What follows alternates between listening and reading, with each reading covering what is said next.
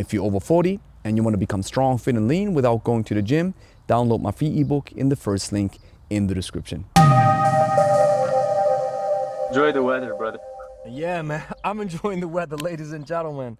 Welcome to another podcast. You know who I have with me right here. My good friend from Canada, Louka. Man, it's been a while, right? I think when I got started with the podcast, I had you on a couple of times. We talked about heart style. We talked about tension methods. We talked about a lot of things. And the last time we touched base, we just talked before we got started with the recording, was probably 2 years ago or something like this, right? May I say something, Gregory? Thanks for inviting me so much. It's an honor to be back. And I do remember the last time I was on your podcast, it was with the late Steve Cotter. You invited me with Sean Mosen in that show. Yeah. And it was the first time I talked to Steve. It was the first time I even talked to Sean. You brought all four of us together. I will never forget that. Yeah, that was awesome. Thanks again, man. Oh, you're welcome, man. So glad that we have another conversation. There's a lot of stuff that we have to talk about today. So, but one thing, you're mentioning Sean. I remember you mentioned that I should talk to Sean. You told me there's this guy, the godfather of kettlebells in Canada, and then I reached out to Sean, and man, Sean is an original. This guy, I love him. It was a great conversation that we had. And for those of you who don't know, Sean is so funny. He's great. He's so funny. He's a great guy. He's a great guy. He's a cool dude. And for those of you who don't know, Sean was one of the OGs, as well as with my sensei, the late, great Steve Cotter, who unfortunately passed away because of a heart attack. I think many people have heard this now in the kettlebell community. It's not that big of a community, but it was a shock to everybody how, man, it happened out of nowhere, right? It was suddenly. Nobody expected it. And I remember I woke up. No, it wasn't the evening. And Angel yelled through the whole apartment. I was like, what's up? She said, check this out. And then his girlfriend, Luciana, she posted it. She said, man, rest in peace, Steve. And I was like, I was so in shock. I couldn't believe it. And man, 2 weeks later, my dad passed away. Man, this was back to back. Back to back. And you know what's crazy? We're going to talk business a little bit as well, because we are in a similar situation. I mean, the January was one of the best months ever in my business career. And everything's taken off from so many areas and so many angles. But when my dad passed away, it was like, it's not worth a single cent, man. I'm not saying this that I appreciate everything that's going on. I appreciate the role and you know, everything that's happening in my life. But when that person passes away who you had the strongest bond with, it puts everything into perspective. That's what it does. Absolutely. And, do you mind if I ask how young was your dad when he passed away? 84. Okay, so do you think your dad lived a complete life? Yeah. Was he happy? He said that. Yeah. That's great, man. That's great, man. That's great to hear. The crazy thing is the Parkinson's disease was really, really tough in the last 6 months. It was really tough for my dad. That was, he was in the final stage where when you're in the final stages of Parkinson's disease, you can't do anything by yourself. And that's right. The crazy thing about this disease is it doesn't just it takes away your mental and it takes away your physical. So it's both. That's right. And in the end, I remember, man, I think he didn't even recognize me. But, you know, you're aware of this, and I mean, you know it.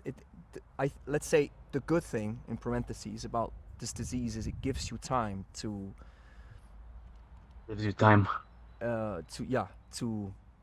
foresee what's happening and to, you know, get a hold of the situation. It's not sudden like with Steve, right? That's why I was so brokenhearted, because for his son, I forgot his name, for his son and his daughter, I think 2 daughters and 1 son.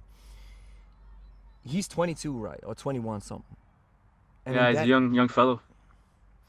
And you know how important your dad is in that lifetime, man. It's You Yeah, for sure. you turn from a young from an adolescent into a young man, and all these life lessons that I had, especially when I It's gonna went be into his greatest hero, right? yeah. His greatest hero ever.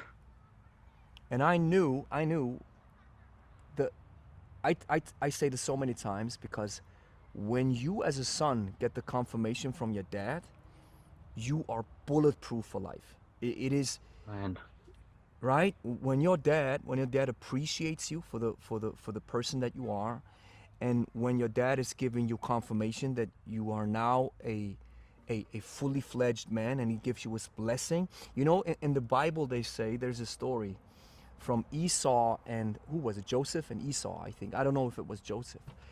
But the blessing back then in ancient times of the father was so important that in that story, the mother of Joseph, I don't know if it was Joseph, correct me, somebody, Isaac, I think it was Isaac, I'm sorry, Esau and Isaac, I think.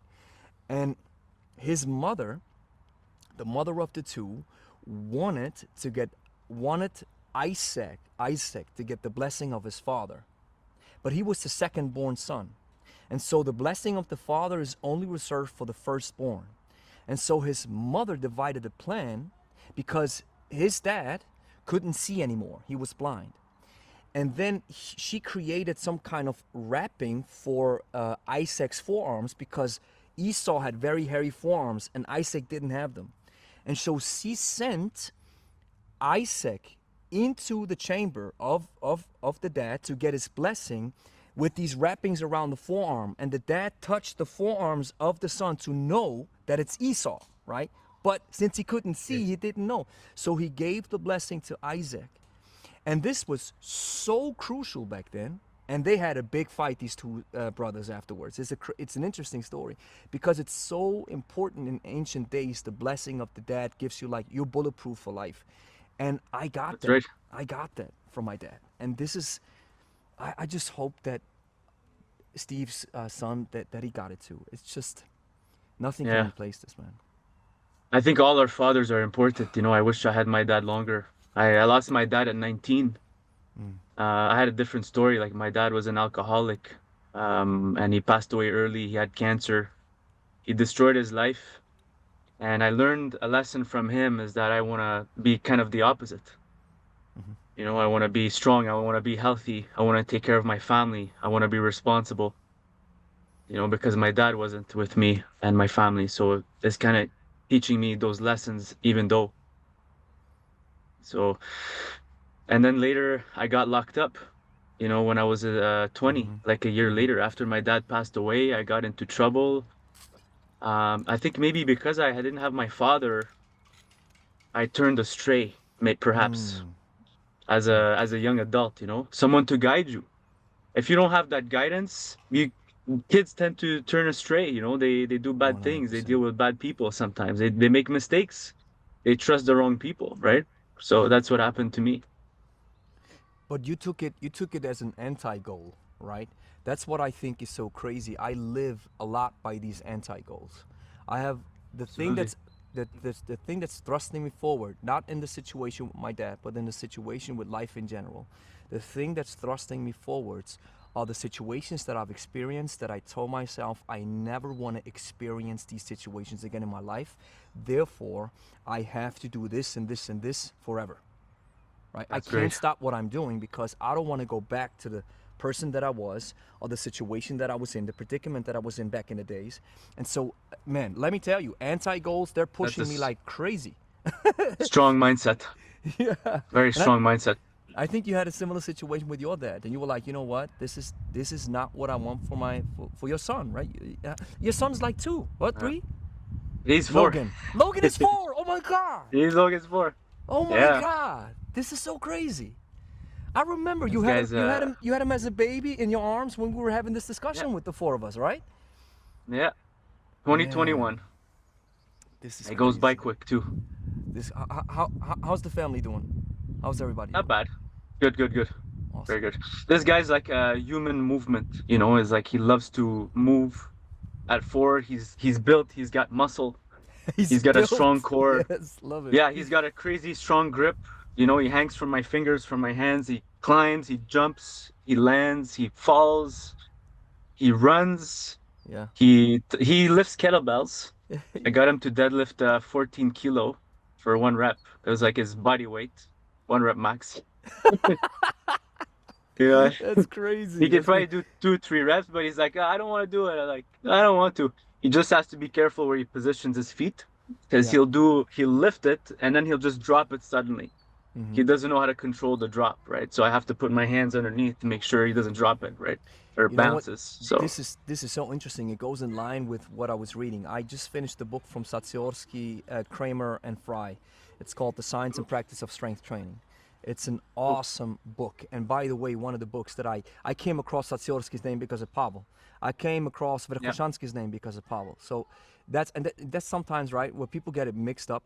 I I'm willing to ask questions. I'm willing to ask and question everybody and everything, including myself. And then sometimes people get it mixed up. They think, "Oh, you hate Pavel." No, no, no, no, no. He. A lot of the stuff that I've learned is because I listened to him first, and then I created my own that's right. spin. So that's a different story. Sometimes you have to go to the source, and also it's good to explore other sources, right? Because he gets it. Exactly. He has his own sources. Exactly. And so in you mentioning your kid, Logan, not being able to fully control the descent of the deadlift or the drop. And so in the book they say when it comes to strength or strength training for kids, they say that it's not something that should be advised against, but of course it should be monitored because strength training for an adult is not the same like it is for a kid or Yeah, for a teenager.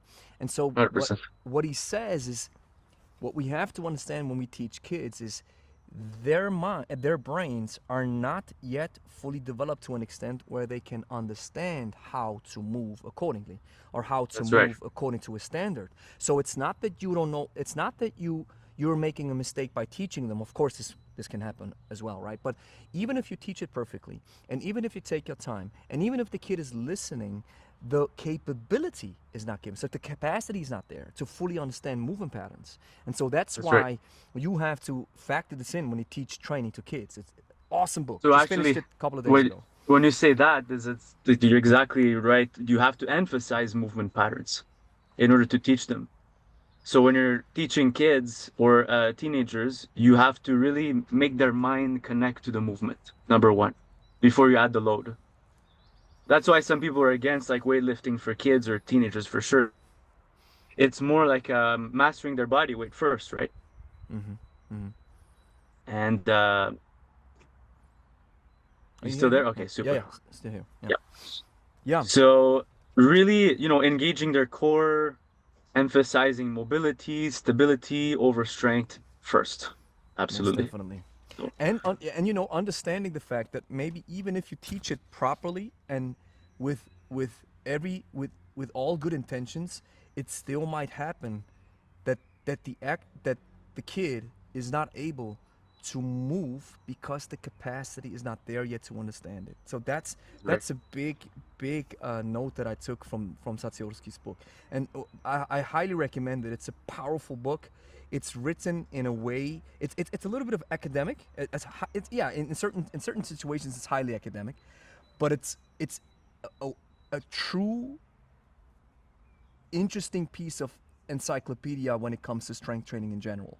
That's really cool. I've taken a lot of notes from it. It's awesome, and so and one thing that I also took from reading the book, and then we can segue a little bit into a couple of the the meat of what we're gathering to see you, man. I mean, this is awesome. But one thing, and I have to say this first, one thing that I really appreciate about you is you're just as open-minded. Open-minded in the sense where if you see me or hear me do my thing and play the game a little bit, and then at the end of the day, I have a different opinion than you have.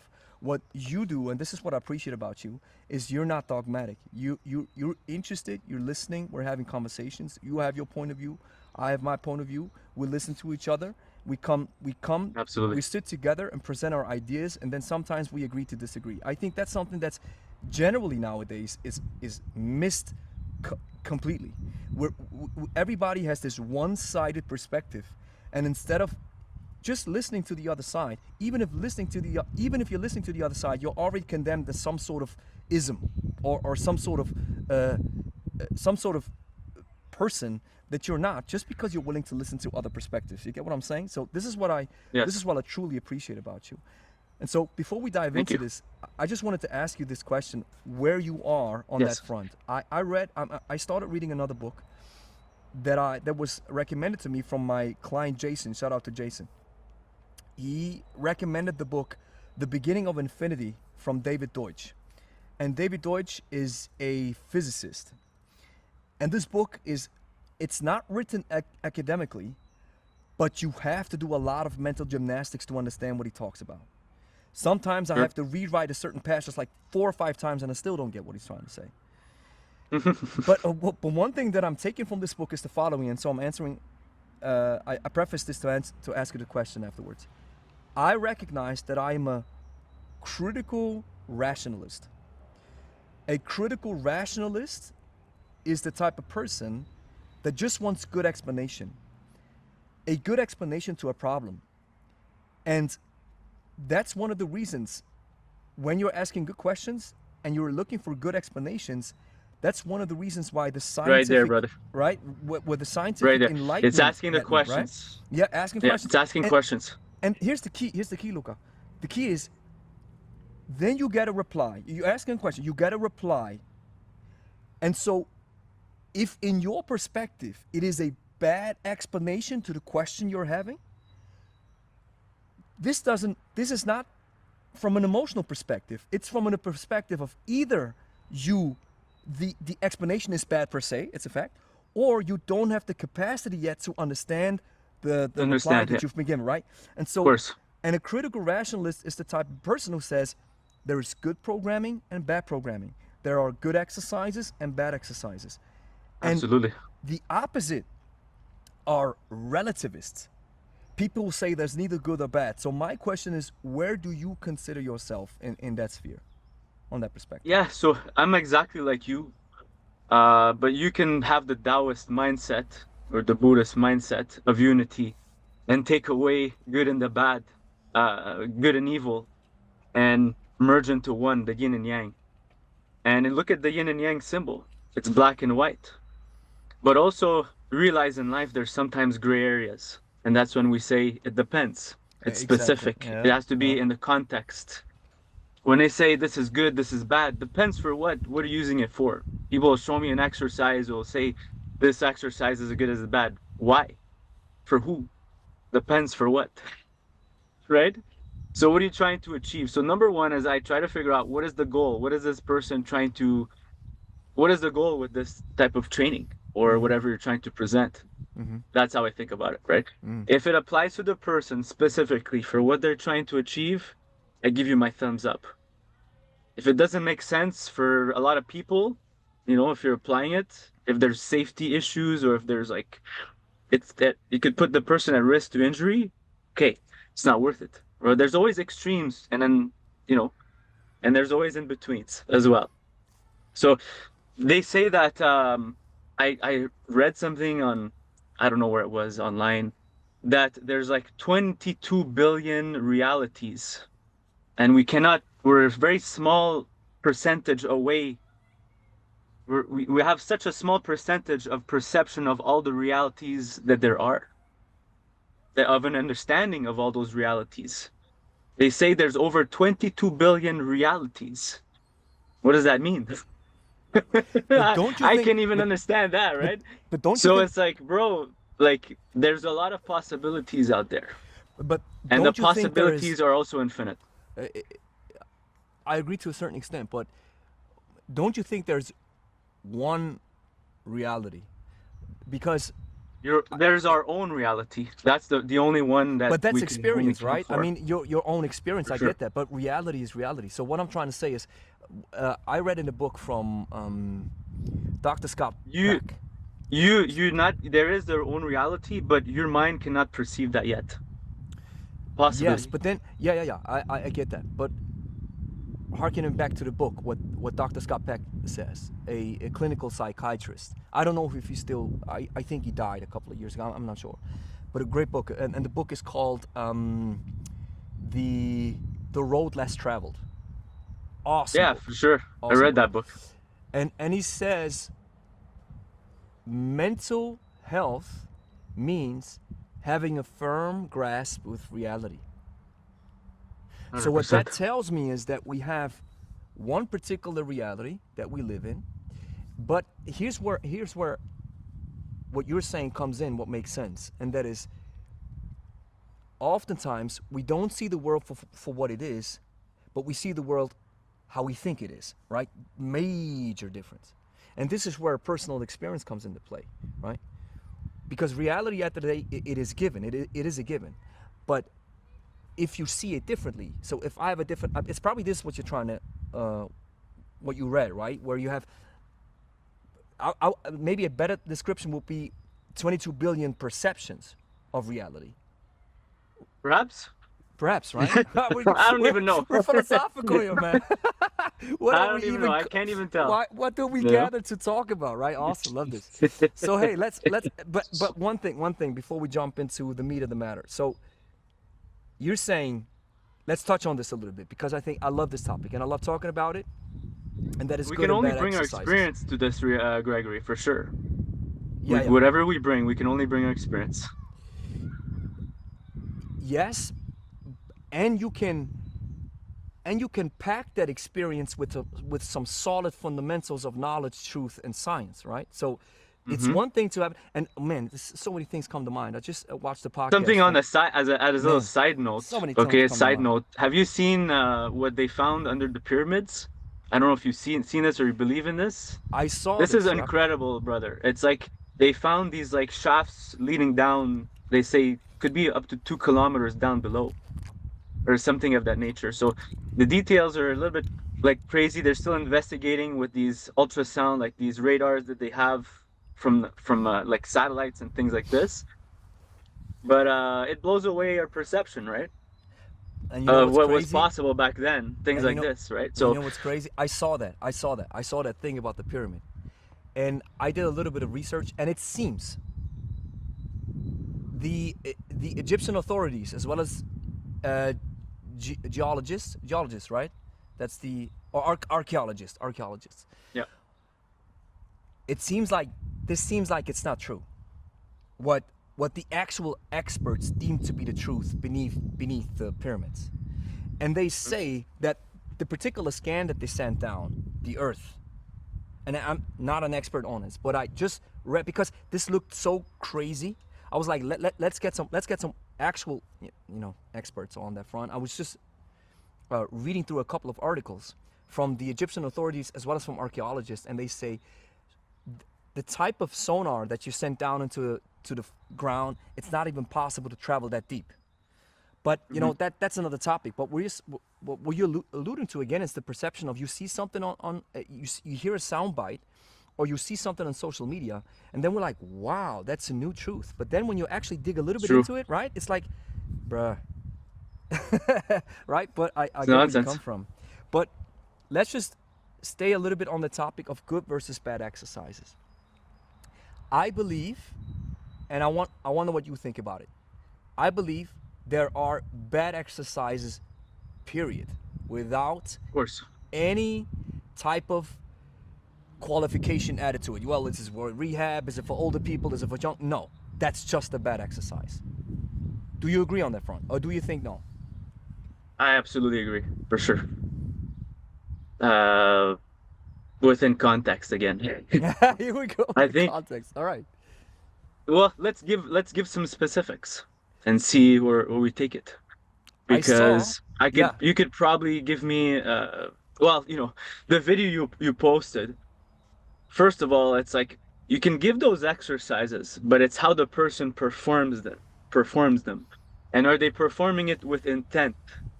And are they performing it with quality?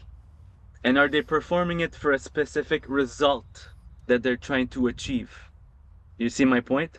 Yeah. Let. So, is there a competition? I'd say, okay, there's a lot of bad exercise that I see for most of my students that they do in CrossFit. But in CrossFit, it's a competition. So I can't, tell someone that that's not a good exercise because they're doing it for a competition or some type of, right? So it really depends.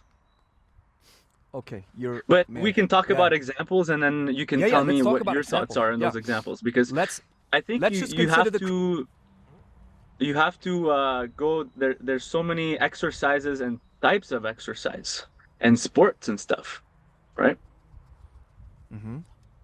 I'm not talking about sports. And I'm not, and because when you do it, for example, you do cricket. You do cricket, Yeah, right? but kettlebell GS is a sport as well, right? Or powerlifting is a sport, or Olympic weightlifting is a sport. Yes, and they Gymnastics have, is a and sport, here's the right? major difference: they have standards. Yes, That's 100%. that's my only issue with That's that. the The key. video that I was reacting to from these, I don't That's know the if it key. was CrossFit. I don't even know if it was CrossFit. I think it was just some kind of sports performance. I don't know what it was, or Yes. some kind of Yes. meet. All right. I've So seen that before. It's like I think it looks like a CrossFit style, but it's yeah, it very looks like something. competitive in the It was, States, and it wasn't. and they It go very wasn't fast. and it wasn't They go very, very fast. officially sanctioned by CrossFit. It was just something, but you know Their own thing. that's Yeah. doesn't matter. So they did this crazy snatch, right? Bell goes up down. Now we can classify it as a snatch because when you swing a kettlebell into a top fixation overhead, we can classify it as the classic. This is a snatch, right? It's not a clean. We can all agree on the fact that no, this is not a clean. They're trying to attempt to do a snatch. Let's put it like this. So is the snatch a bad exercise? No, no, no, no. The exercise in all by itself is awesome. But here's the major key. When you look at Olympic weightlifting, and that's the reason why I believe CrossFit will never make it to the Olympics. When you look at Olympic weightlifting, they don't judge for the weight only. They also judge technique. And this is where it boils Yes. down to. Why? Because they have standards that everybody has to abide by. And this is my issue. If you and I do a competition and we invite 100 people, and guess what? We just say, hey, the goal, you have 5 minutes. Snatch that thing up as fast as you There's can. a lot of things, a lot of moving parts, Gregory. The thing is, when you look at Olympic weightlifting, you're just maybe you're judging a couple lifts. But when you're doing CrossFit, you're judging over a dozen lifts and so many Yeah, more lifts. So the which judge makes has to be, yep, but that's an issue in and all by itself, right? With CrossFit. So I get absolutely. that. I get it. And here's the key. I get that CrossFit has this idea of, hey, we do 1,000 exercises and we have to be like 50% good at them and let's go. Fast. That's the You have past. to Yes, be, it's a that's race. the I see a lot of like the CrossFit's more like a race. yeah And yeah. when they use weights in a race, then there's a problem because you're building up fatigue under load, and it's easier to get injured this way. Yeah, but When your you body's can. fatigued, But here's my point. You can use weights with speed. And absolutely. for endurance, you can do it, but not maximal weights. But that's another discussion. That's But it. let's just stay on the topic. What I'm trying to say is standards. And now here's the Yeah. key. If we say every sport requires standards so that every athlete knows this is the biomechanical reality that you have to abide by. This is the imposed way of teaching. This means no, this is acceptable and this isn't. This is mandatory in sports. The exposed way of teaching is, hey, listen, let's highlight your flaws, then let me teach you the exercise, and then you move accordingly. Doesn't matter if it looks different than other people. That's how I consider teaching normal, regular people. But the issue with a sports meet or with a competition is, if we don't have standards and rules, then everybody does what they want. Period. Now, you as CrossFit come in and say, okay, but we don't care about this because we say that you have to be good at 500 exercises. And now, since that's the nature of CrossFit, of course, you'll never be able to tackle good technique for all those particular lifts. And of course, you don't have judges who understand all these 500 lifts. I get that. And then this happens. The logical sequence of missing standards, having a lot of exercises, not having proper coaches, and athletes not knowing good technique because they have to, I get that, they have to focus on so many things all at once, means standards cannot be used, which means compared to a regular sport, it is, and I'm saying this with a lot of respect, it is a joke. That's why you're saying, all right, that's why you never make it to the Olympics. Because what are you trying to do? Are you trying to be a marathon runner, a weightlifter, a powerlifter? What are you trying to Yeah, for sure. accomplish? Right? You get what I'm saying? But CrossFit is still awesome. I still think it, We're gonna look also as right? maybe the purpose it was created. if we go back to perhaps how they used it and when they started using it, it was for more like elite guys, like firefighters or soldiers and stuff like that, that they have to do they have to use multiple qualities for certain situations. So they have to push their bodies, let's say like a soldier. Okay, they put him through an obstacle course. He has to run, climb, lift some heavy things, use his endurance, use his heart rate. This is what it was created for. But then you bring it to the regular population and you have them do lifts that are kind of ballistic in nature, that require a lot of mobility, that require a lot of stability, a lot of endurance as well, different types of endurance. And you mix all those in, it's hard to improve all the qualities at once, right? So you have to program differently. The programming has to be divided in a way that makes sense for the qualities to succeed, for the qualities to improve. And then you do the test. The test is the event, is to see if you can do all those qualities properly together in an obstacle course or whatever race, if you will. So that's the thing, is the programming is key, and it depends for what. Am I doing this to achieve this event because it requires me for my, let's say my sport or my profession or my career or my job? Because you look at a firefighter or first responder or someone that has to perform, perhaps he's going to be put into one of those situations in real life that he has to do these things or accomplish these tasks, right? So that's my opinion on that. And I wholeheartedly agree. It's and actually that's what I like about CrossFit. You have to be the ultimate GPP machine. Yeah. I like that. I like that. I think that's cool. Right? You are too, man.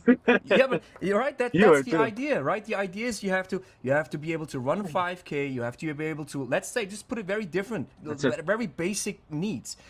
You have to be able to run 5K without dropping dead. You have to be able to maybe deadlift 1.5 for your body weight. You have to maybe be able to squat your full body weight, right? So saying like, I need some 20 strength, pull-ups or whatever. right? Yeah, right. So, and I love that. That's great. And I'm a big fan of these CrossFit training protocols, the AMSAP, the EMOM.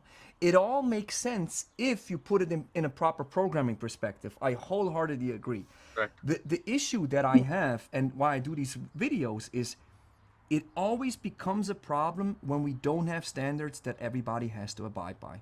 Then everybody can move how they want. Therefore, and that's the common criticism that I get on these videos, is they say, yeah, but they do it for speed. And I say, I get that. They're doing it for speed. But it doesn't take away the fact that if you don't have standards, everybody's messing it up. Everybody does what they want. I have a cool quote for you. I don't care how fast you can do something poorly. That's a good one. Right? That's a good I don't care how fast you could do something poorly. Here's the key, because Louka. It's like I always say technique takes collateral damage when intensity is high. Mm-hmm. So I get that to a certain extent form breaks down. I get it. But again, if you guys on that video, if you guys cannot even pinpoint the fact that it should be at least a fixation overhead where the kettlebell is locked in, if you don't even agree on that front, of course, one of the ladies was doing like high pulls. Yeah, for sure. Right? Look, it doesn't matter the kettlebell. They're probably doing that with dumbbells too, with barbells and you name it. You know, it's just like you said, the standards are very low. Exactly. And actually, their standard is opposite to ours, which is more, they just have to go fast. Doesn't matter how, anyway. Yeah, but that's a good point. But if we take it to the next level about bad exercises, I did another reaction video where I was those are bad exercise. That's bad exercising. Those are not bad exercises. That's bad exercising. And you saw that lady where she was jumping over a barbell that was laying on the floor. She was doing some kind of pulls I don't know how you can call this. And then she did some Have my squat te- swings at the end with a power my band te- pulling you laterally to the left side. Are you yeah, out of your mind? Here's the key. In no situation does this make sense. yeah. So that When you're like a qualifies power it for a athlete, bad exercise, right? yeah. If you're a power athlete, like a power lifter, my powerlifting teacher says never step over the bar. It's disrespect. Number one. And then you could trip over the bar as Yeah, well you can and trip look over it. stupid, right? You can trip over it, and she can stumble over bells or trip. And she was balancing on a hex bar, doing some kind of lifts Fun. in the following video. And so that's my point. That's But stupid. you know what? You These know are bad what, Gregory? exercises. Like you'll say like, okay, circus tricks and all this, but these people walk on their hands too, man. Like they race on their hands. So when I look at that, man, they practice a lot to get that. And that's a really cool skill that's very unique. And they practice that as a skill. Can you race on your hands walking? Right? So it's like some stuff they do, I'm like, man, that's kind of crazy. They combine it with everything else. So it's their thing, man. Like Yeah, I yeah. do But something else and I think I do that handstands just a like a different bench way, but press, just like a heavy bench press or a heavy Turkish kettle, that's right? right. For That's me, what I from my like. perspective, I love those guys. that's I love those that's a exercises. circus trick that still It is puts you because they puts did your use them in strength the on circus display, trick. You're not wrong. right? But You're not wrong.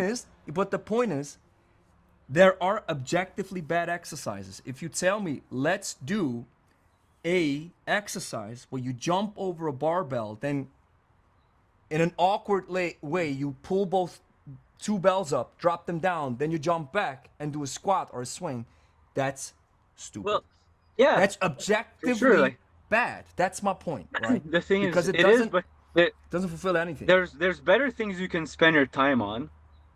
I get that.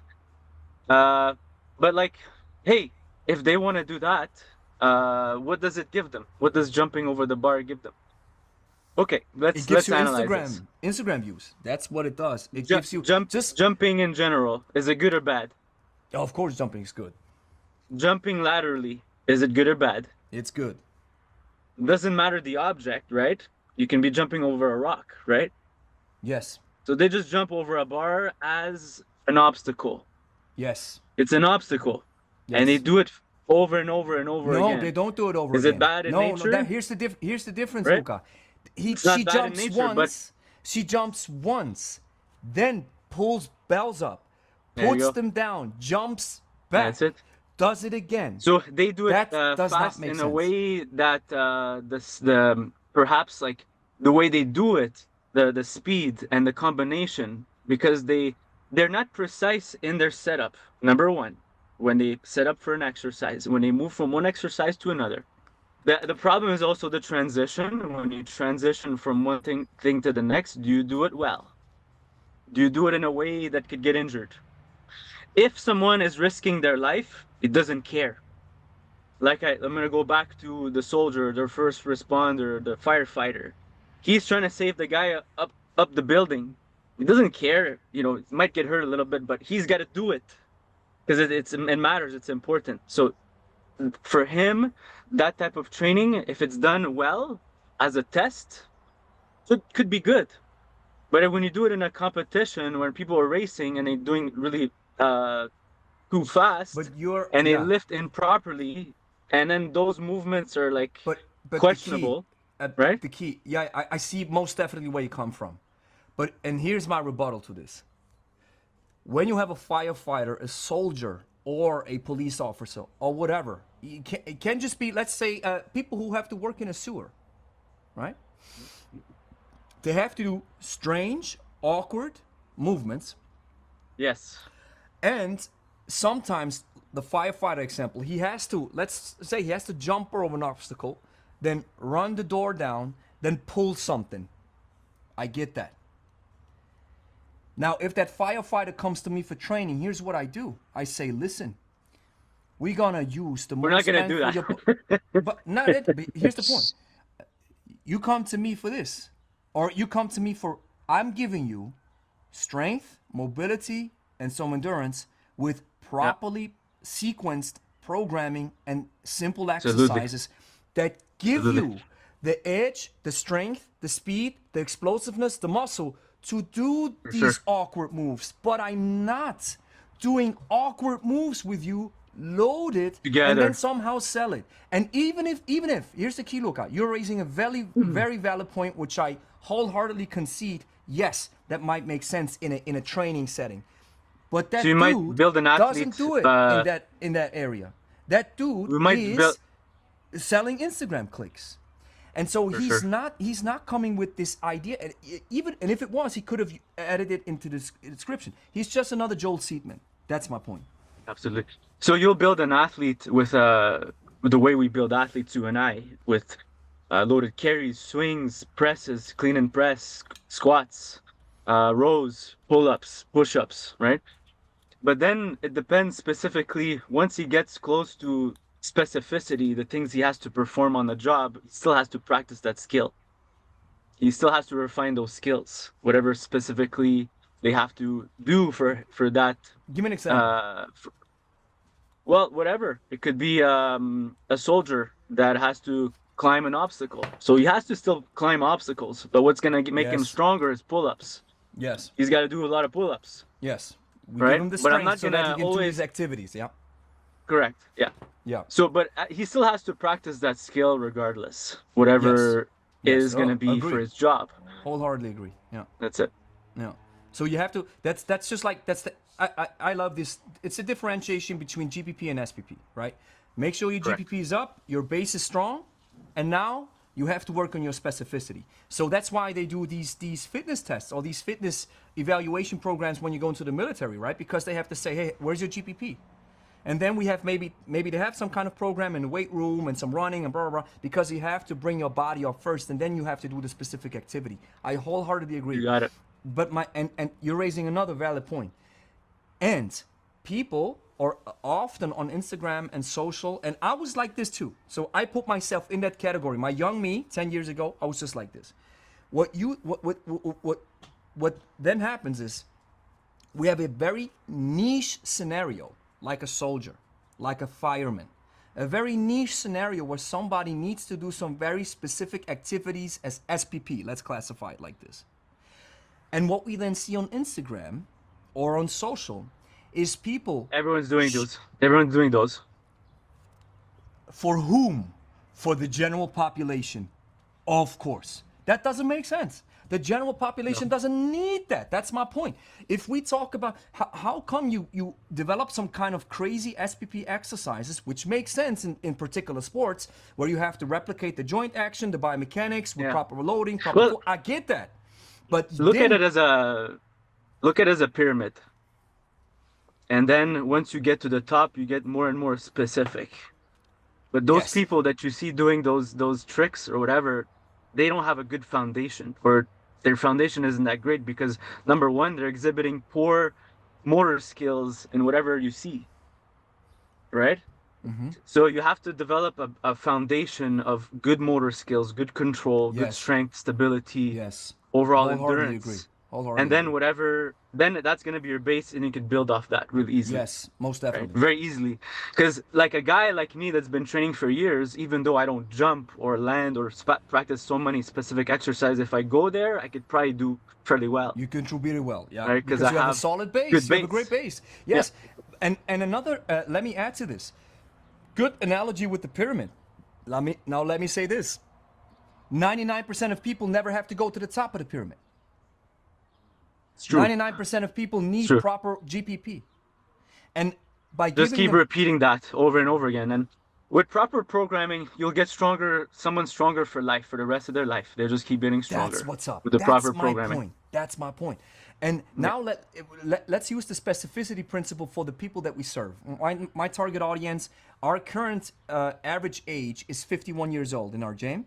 And Nice. on the analytics on social and all the extending branches, YouTube, MailChimp, and newsletter and stuff, it's They're 40 plus. The median age is 40 plus. 35 to Exactly. 35 to 45. Exactly. And so this tells me that this type of group has some specific demands and needs, most definitely. And what do they need the most? They need some solid GPP. You have to be able to lift your son up without breaking your back. You want to play with your kids, run around a little bit. You want to be fast and mobile as you age. Maybe you have some aesthetic goals as well. You're like, hey, listen, when I go to the beach, I still want to look good. Hey, maybe you have some aching joints, some aching knees, some aching shoulders. Maybe you sleep bad. Maybe you already have arthritis. Maybe you already have some tendonitis, right? So you're already coming with all these physical ailments. And now I'm doing circus tricks with you? This doesn't fly in my case, right? And so that's why I consider myself, at least in that area, a critical rationalist.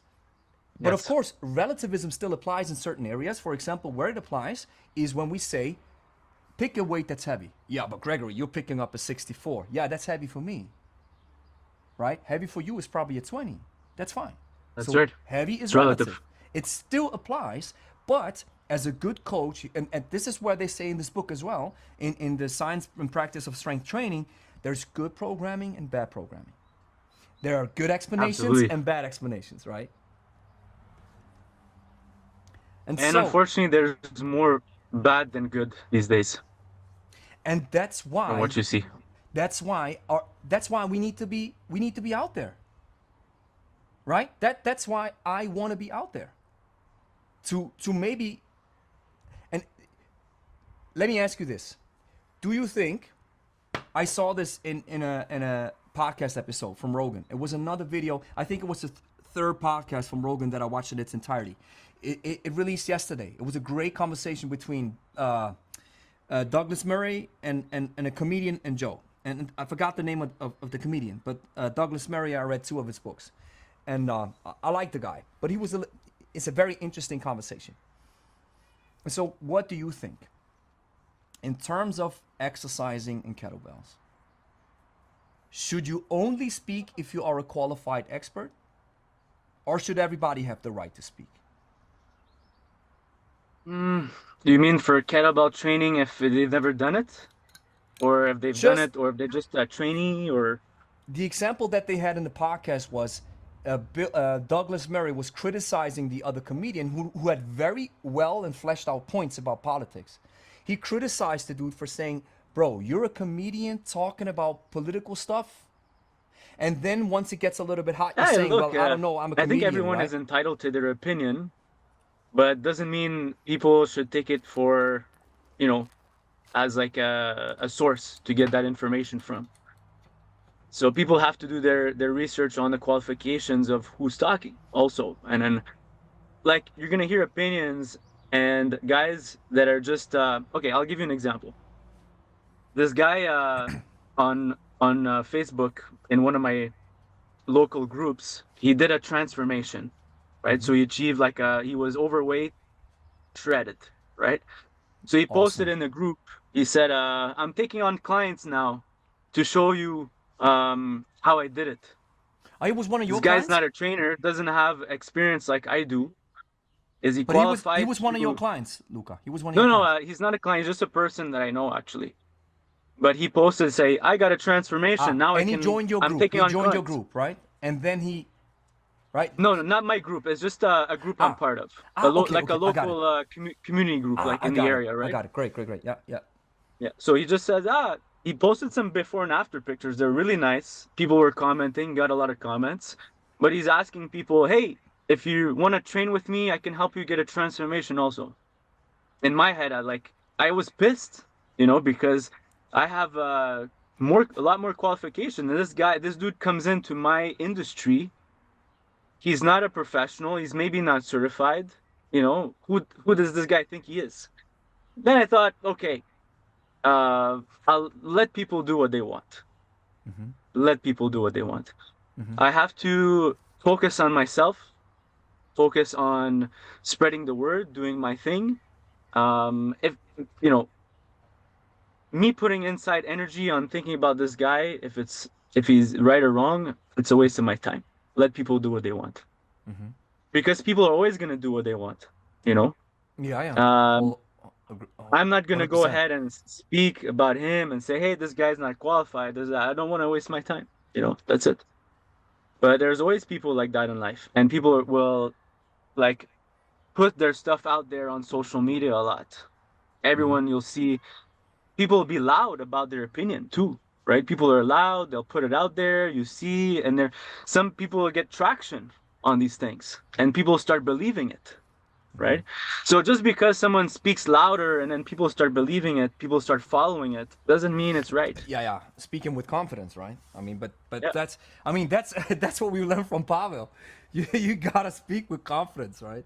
But that's a great example, Luca. If we can peel the onion a little bit on this. So if in my shoes, how I would look at this. So I'm in that group. That one guy is sharing his transformation, and he takes on client, says, "Listen, based on my experience, I can tell you what I did, and I can show it to you." Let me peel back that onion because I think it's a good example of how I would, when I would intervene, or intervene, even just give my reaction, right? I mean, first of all, it has to be commonly accepted that people can share their feedback, ideas about a particular topic without being personally attacked. So if that's the case in that group, 100%. I wouldn't say anything. If somebody would say, "Listen, this is my transformation. I know I want to teach you how I did it," then I'd say, like, all right, he's coaching from experience, from his own experience. Everybody maybe has to start somewhere, so let's give him a pass. Let's go ahead, let's do it. I mean, achieving a powerful transformation by yourself is already a huge achievement. All right. So saying, all right, let's put that to the side. Where I would maybe say something is if the guy would say, "Listen, I was able to change my life and get a transformation with the help of kettlebell training." And then the guy does some exercises. And then speaks with a lot of confidence on how the exercises are supposed to be done. And then I see, all right, I might give you a reaction to correct you on that front, right? Then I would say something. I know you but would. Right? Yeah, I would. But it would be because when I watched that podcast with Douglas Murray, the impression that I got, even though I like Douglas Murray, the impression that I got was that it's kind of like elitism. What's the word? Elitism, right? Where you say only the experts are allowed to talk, and only the experts are allowed to share an opinion. And I have an issue with this. I say no. Everybody's allowed to express their opinion. Oh, for sure. I agree. Everybody throws in their ideas into the marketplace of ideas. And then when we have a lot of bad explanations floating around, we need some good explanations as well. And so if you and I never make our voices heard, the good explanations will never follow. Hence, everybody will live in a dark age. That's the big point. That's the reason why I do what I do to a certain extent. Of course, I 100%. saw that reaction. That's amazing. Work well, right? I saw that the algorithm likes it. But at the end of the day, I also do it because I wish I had some. Steve Carter, right? My mentor, Steve, he changed my life and my perspective on kettlebells. And so if it wasn't for him, I'd still be dabbling around looking like functional patterns. Yeah. So, because you have to somebody fight was, for what you believe in also, and what you see is better. exactly. And what's right. And here's another key. How do you do it? And Douglas Murray from that podcast, it's so fresh on my mind, that's why I have to mention it. Douglas Murray is of British descent, and he has the British expression, right? And so he has, I don't know if he means it, but he has a little bit of a condescending tone. But maybe that's because of the British expression of Oxford English, right? But the way it comes across is that it's a little bit condescending. I don't know if it really means it, but it just sounds like it. And so I think you can still, the music makes the tone, right? Or the tone sets the music. So at the end of the day, you can still react and give your feedback in a way where it's loving and empathetic, but you cut to the chase. You say, listen, that's how it's supposed to be done. True. So that's my point. Maybe that's how I would do it. That's the way you do it also, is what I see. Just straightforward. Amen. What I like about your stuff. So, are we ready to unpack one of the greatest mysteries in kettlebell training? And that is the Turkish What is kettle? it? Okay, I'm gonna start with this. Go ahead. You're gonna rethink the way you perceive the get up, because what the get up actually is also a loaded carry. The get up is a loaded carry. And we know the benefits of loaded carries. So you're actually carrying a weight from the ground all the way to standing. And if you look at the get up like that, in a different way, also the way I look at it is also a movement assessment. Is it exposes weaknesses for whoever is doing it, for whether it's for myself or for my students. It doesn't mean everyone is ready to do the full get up yet. However, the benefits surpass a lot because of the amount of time they spend doing a movement that works the whole body. Because when you start a get up, it's a rolling action. It's a contralateral movement. So it works the opposite arm and leg. What is the benefit of doing contralateral? First of all, is the connection between the left and right brain hemisphere that teaches this contralateral movement that we do, which also is crawling. And the babies start with crawling before they stand up, before they walk. They crawl. They get strong on the ground. They use the ground to become stronger. So I still use the ground for adults to get back their strength. So it's, original strength, whatever you want to call it. But you can use the ground for stability and teach the body how to move better, teach the body how to move well. Another expression that I have in my gym, I didn't put the posters up, but the get up is loaded yoga. The get up is loaded yoga.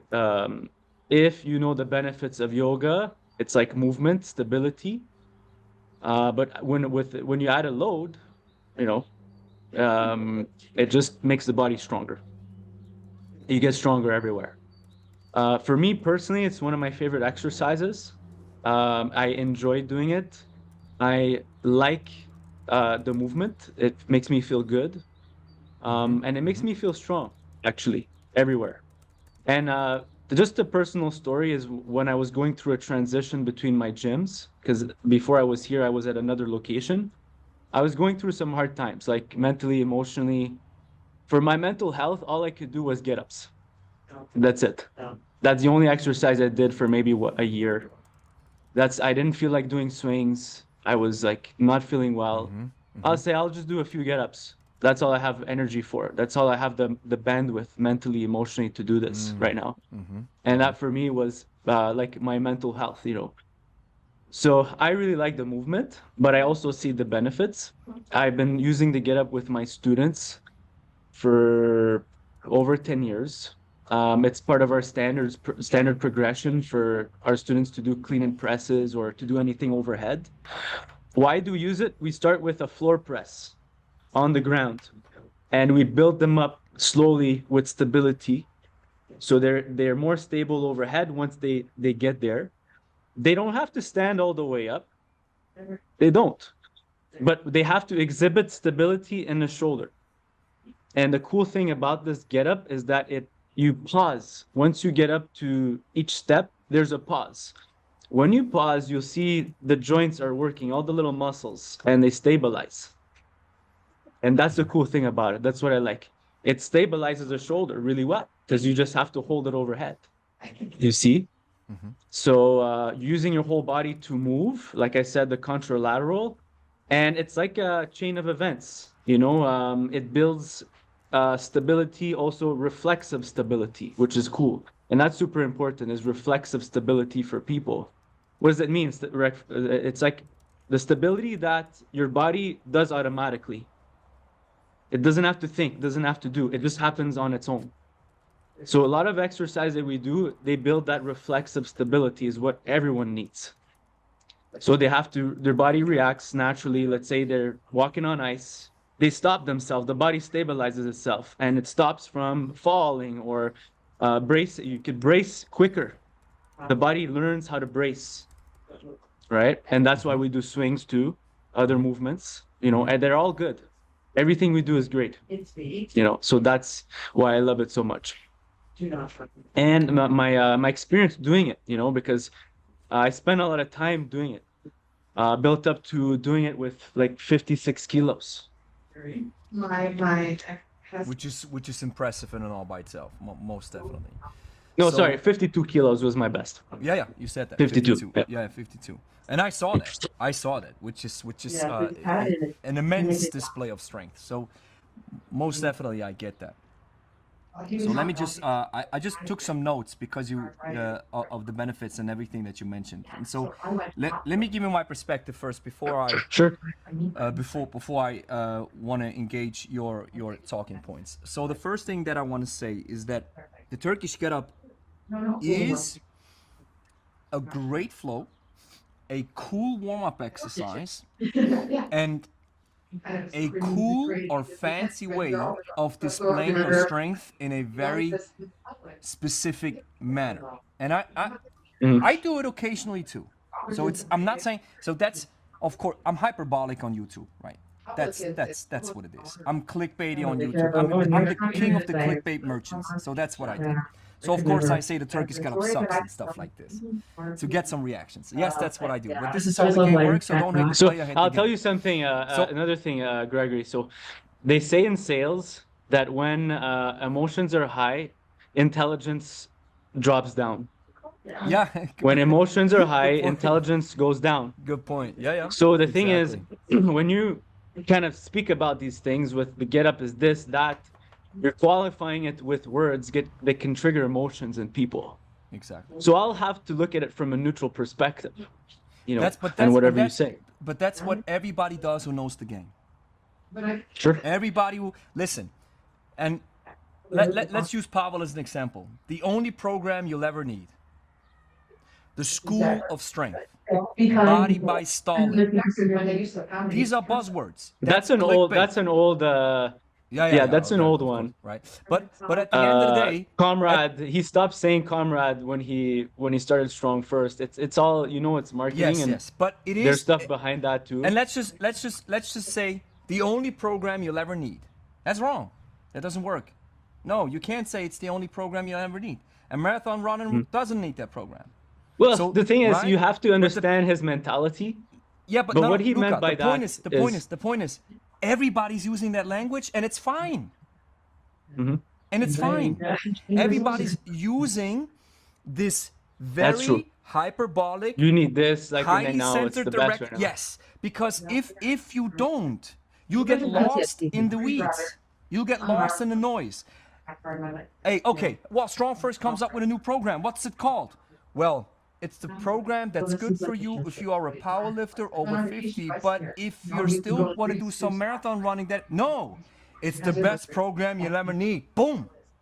That's how marketing works. So I'm not hating anybody who's using this type of language. And people who get emotionally aroused by what I say and using these same principles that have been around only since forever. These are people who maybe do not understand how marketing in and all by itself works. And I don't blame anybody for getting mad at me if I use that language, because at the end of the day, I don't care, because it moves, kicks the ball forward, and everybody does it. The thing is, for me, I'll tell you if you want to go specifically for SNS or whatever program, it might be the best program for a certain type of person. A certain type of person. What is that type of person? I think he's marketing to a specific person that is more, most definitely minimalist in nature. And I'm minimalist in nature. So when I read that book, it kind of spoke to me, right? So it'll speak to certain people, whatever program you'll offer or whatever book you have or whatever it is, it'll speak to certain people, right? And they'll do that program for a while. What does that mean for a while? It means discipline. Like a martial art, I'm going to repeat the same thing all the time. Yes. And I'm disciplined. Yes. It's a different discipline.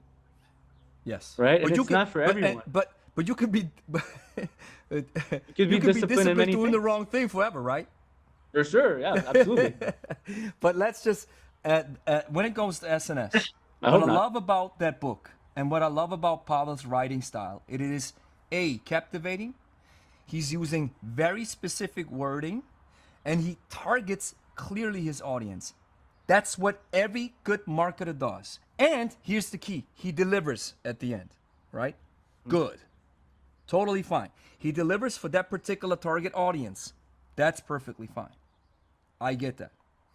But if we just jump back into the what you said. So like I said, I do the get up once in a while also, right? You say, listen, the get up is a whole body movement. I agree. The clean and press is just a whole body movement. A squat is a whole body movement. You say it's a contralateral movement where one side is working and the other side is not working. Well, cleans, press, one-sided. That's kettlebells in nature. The unilateral aspect of kettlebell training is contralateral, or in that perspective, every exercise where you do one side and the other side is resting or not working, you get the same benefits with a press, with a rack squat, with a snatch, right? You're talking about coordination. I agree. It is a highly coordinative effort that goes into a get-up. But the same can be said about a thruster, a thrust jerk, a clean and jerk, all these powerful big bang exercises. You mentioned babies and crawling. I do see your point. However, this is where I see it a little bit differently. We're not babies anymore. So therefore, humans, adults move differently than babies. So if I apply, this is what I've heard a lot. I've heard squat like a baby. No doubt. Here's the problem. The problem is babies have big heads and smaller bodies. The hips are not formed Squat yet, if you can. right? If you can, yeah. Squat how you can. Squat how you can. Way Doesn't mean you'll better. do it the same way. Way better. Not every, and you see this. Here's the key. You see this when you have people in practice. Some people squat down easily. Others stop at 90-degree angles because their hips do not allow them to squat deeper. Now, Absolutely. I make a huge mistake if I then walk around and say, listen, you have to go deep and I'll make you go deep. And then I try to push a square into a circle. And then I'm causing issues at the end. Instead of saying, and this is where I got this idea from Michael Myers from the book Anatomy Trains, where he said, the imposed way of teaching, you have to do it like this, like this, like this, perfect for competitions and meets. And then the exposed way of, listen, this is how we squat. Everybody squats differently. You're fine. Then you say you're using the ground to become stronger. I like this. This is like a closed kinetic chain exercise or open kinetic chain exercises, but the same can be said about a push-up. The same can be said about just body weight squats in general, using the ground to become stronger. For sure. You're saying you want Everything is from the ground up. Everything. Yes. You know, and you're always on your 2 feet. Exactly. You're saying Hopefully. it's a good, hopefully, good qualification. You're saying, I like that. You look at it because you see weakness, because you want to see how people move, right? And kind of like an assessment principle. While I get that to a certain extent, I would say if we look at a very, let's use a very complete athlete, or complete is maybe not the perfect description. Let's just say a marathon runner is not able to do a get up properly. What is his weakness? Well, probably strength. Let's say a yoga. I'll have to see. yoga Knowing dude, a marathon right? runner is But probably give- mobility as well. Exactly. Let's use the example of a yoga dude.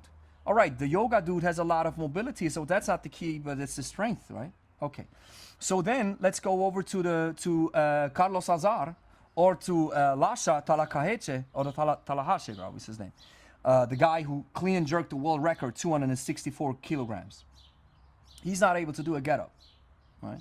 So I think it's the wrong assessment principle. So to when you look say he at, can't do a get up, what does he can't do about it? pardon me?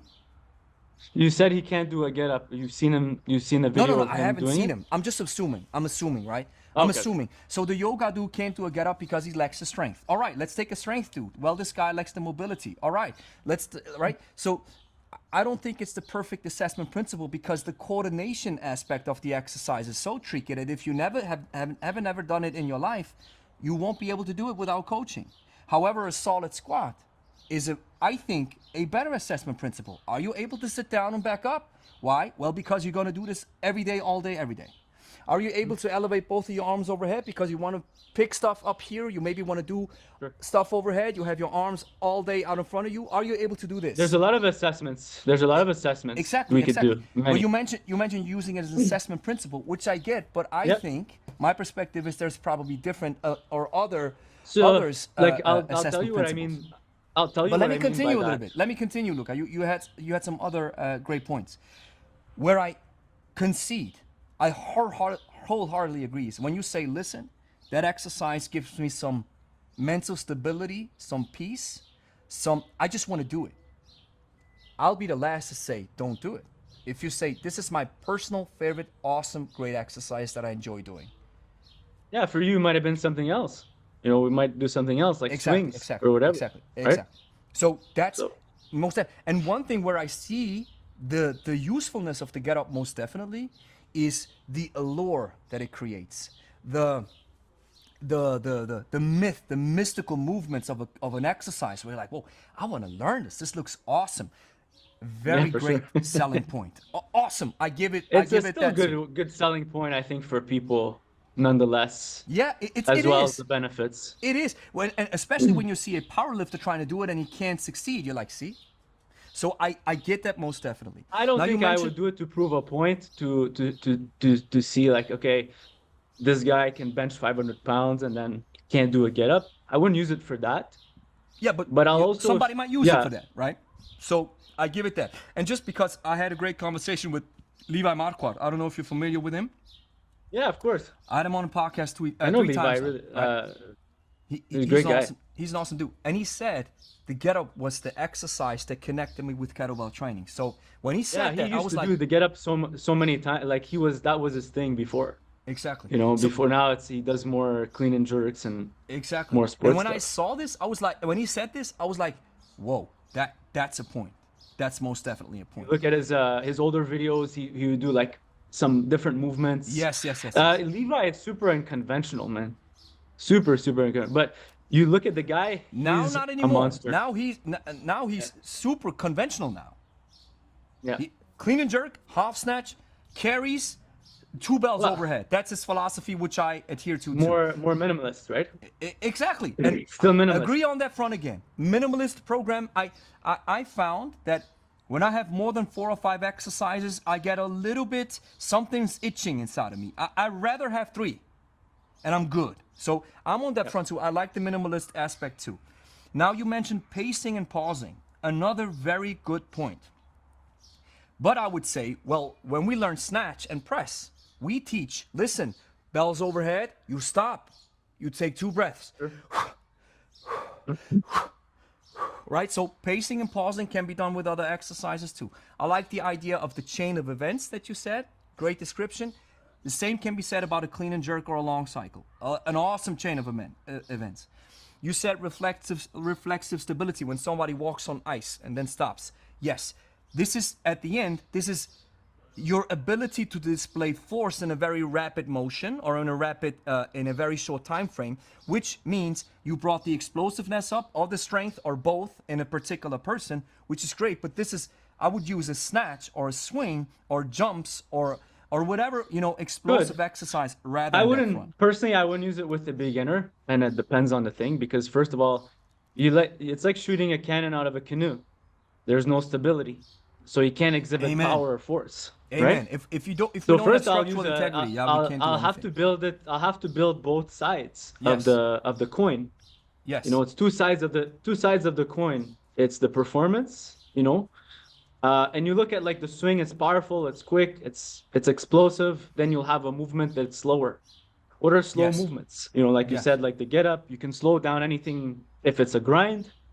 Yes. There's a Wholeheartedly agree. Now, but there's and benefits just to doing that. Isometrics as well. There's a huge benefits in isometrics and getting stronger. So the get up is also an isometric. So you kind of pause here. It's an isometric. It's straight on pause strength, there. yes. Isometric, But etc. the same can be done with a waiter's walk, where you Yes. press the bell overhead and then you start walking, keeping the arms fixed and stable. So what I'm trying to say, with all the things that you're saying, what my point is about the get up is, it does not replace or even give you more benefits than the big rock exercises, the squat, the press, Well, a swing, a you're jerk, right. or a snatch. That's my point. I'm not saying it doesn't replace it, meaning you should never do it again, but it could replace it for a while if you want. Meaning that you don't have to necessarily train squats or train clean and jerks or train clean and press exclusively. You can do it all if you want. But you can also build someone with some exercises, and you've done it before, and they'll have a carryover to other ones. Like you said, you did a clean and press, or you did clean and jerks, and then you went heavy on the get up, and you're able to do it. You're able to do it. You see? So there's a carryover to those movements. And that's what we have to look at, is global carryover. Because some movements, they'll have, you know, the what the hell effect, especially with kettlebells. We've done some tests. We found that even snatches improves pull-ups at strong first, you know, with a lot of programs.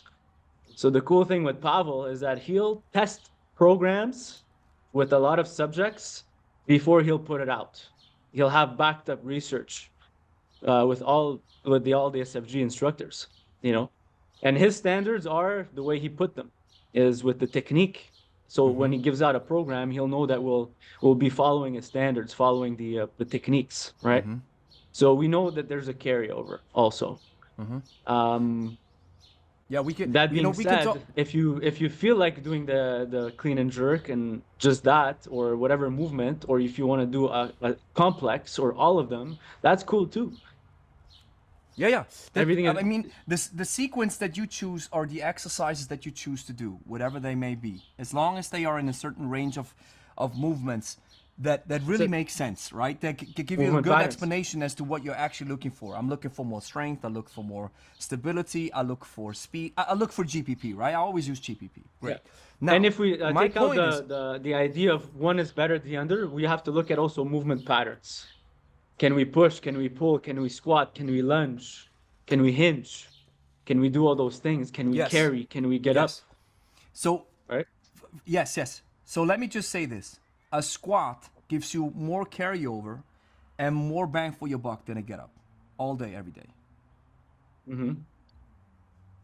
So in what way? What would you say? Well, it depends. In what way are you talking about?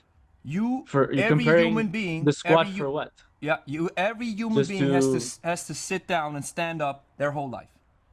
This is a Yeah, for movement sure. that gives you Sure. 100% carryover into every one of your daily activities all day, every day. You stand up For from the sitting. hips. You stand up For from the hips? Yes, right. It's just Absolutely. activity. Sitting down, standing up. Everybody has to do But this.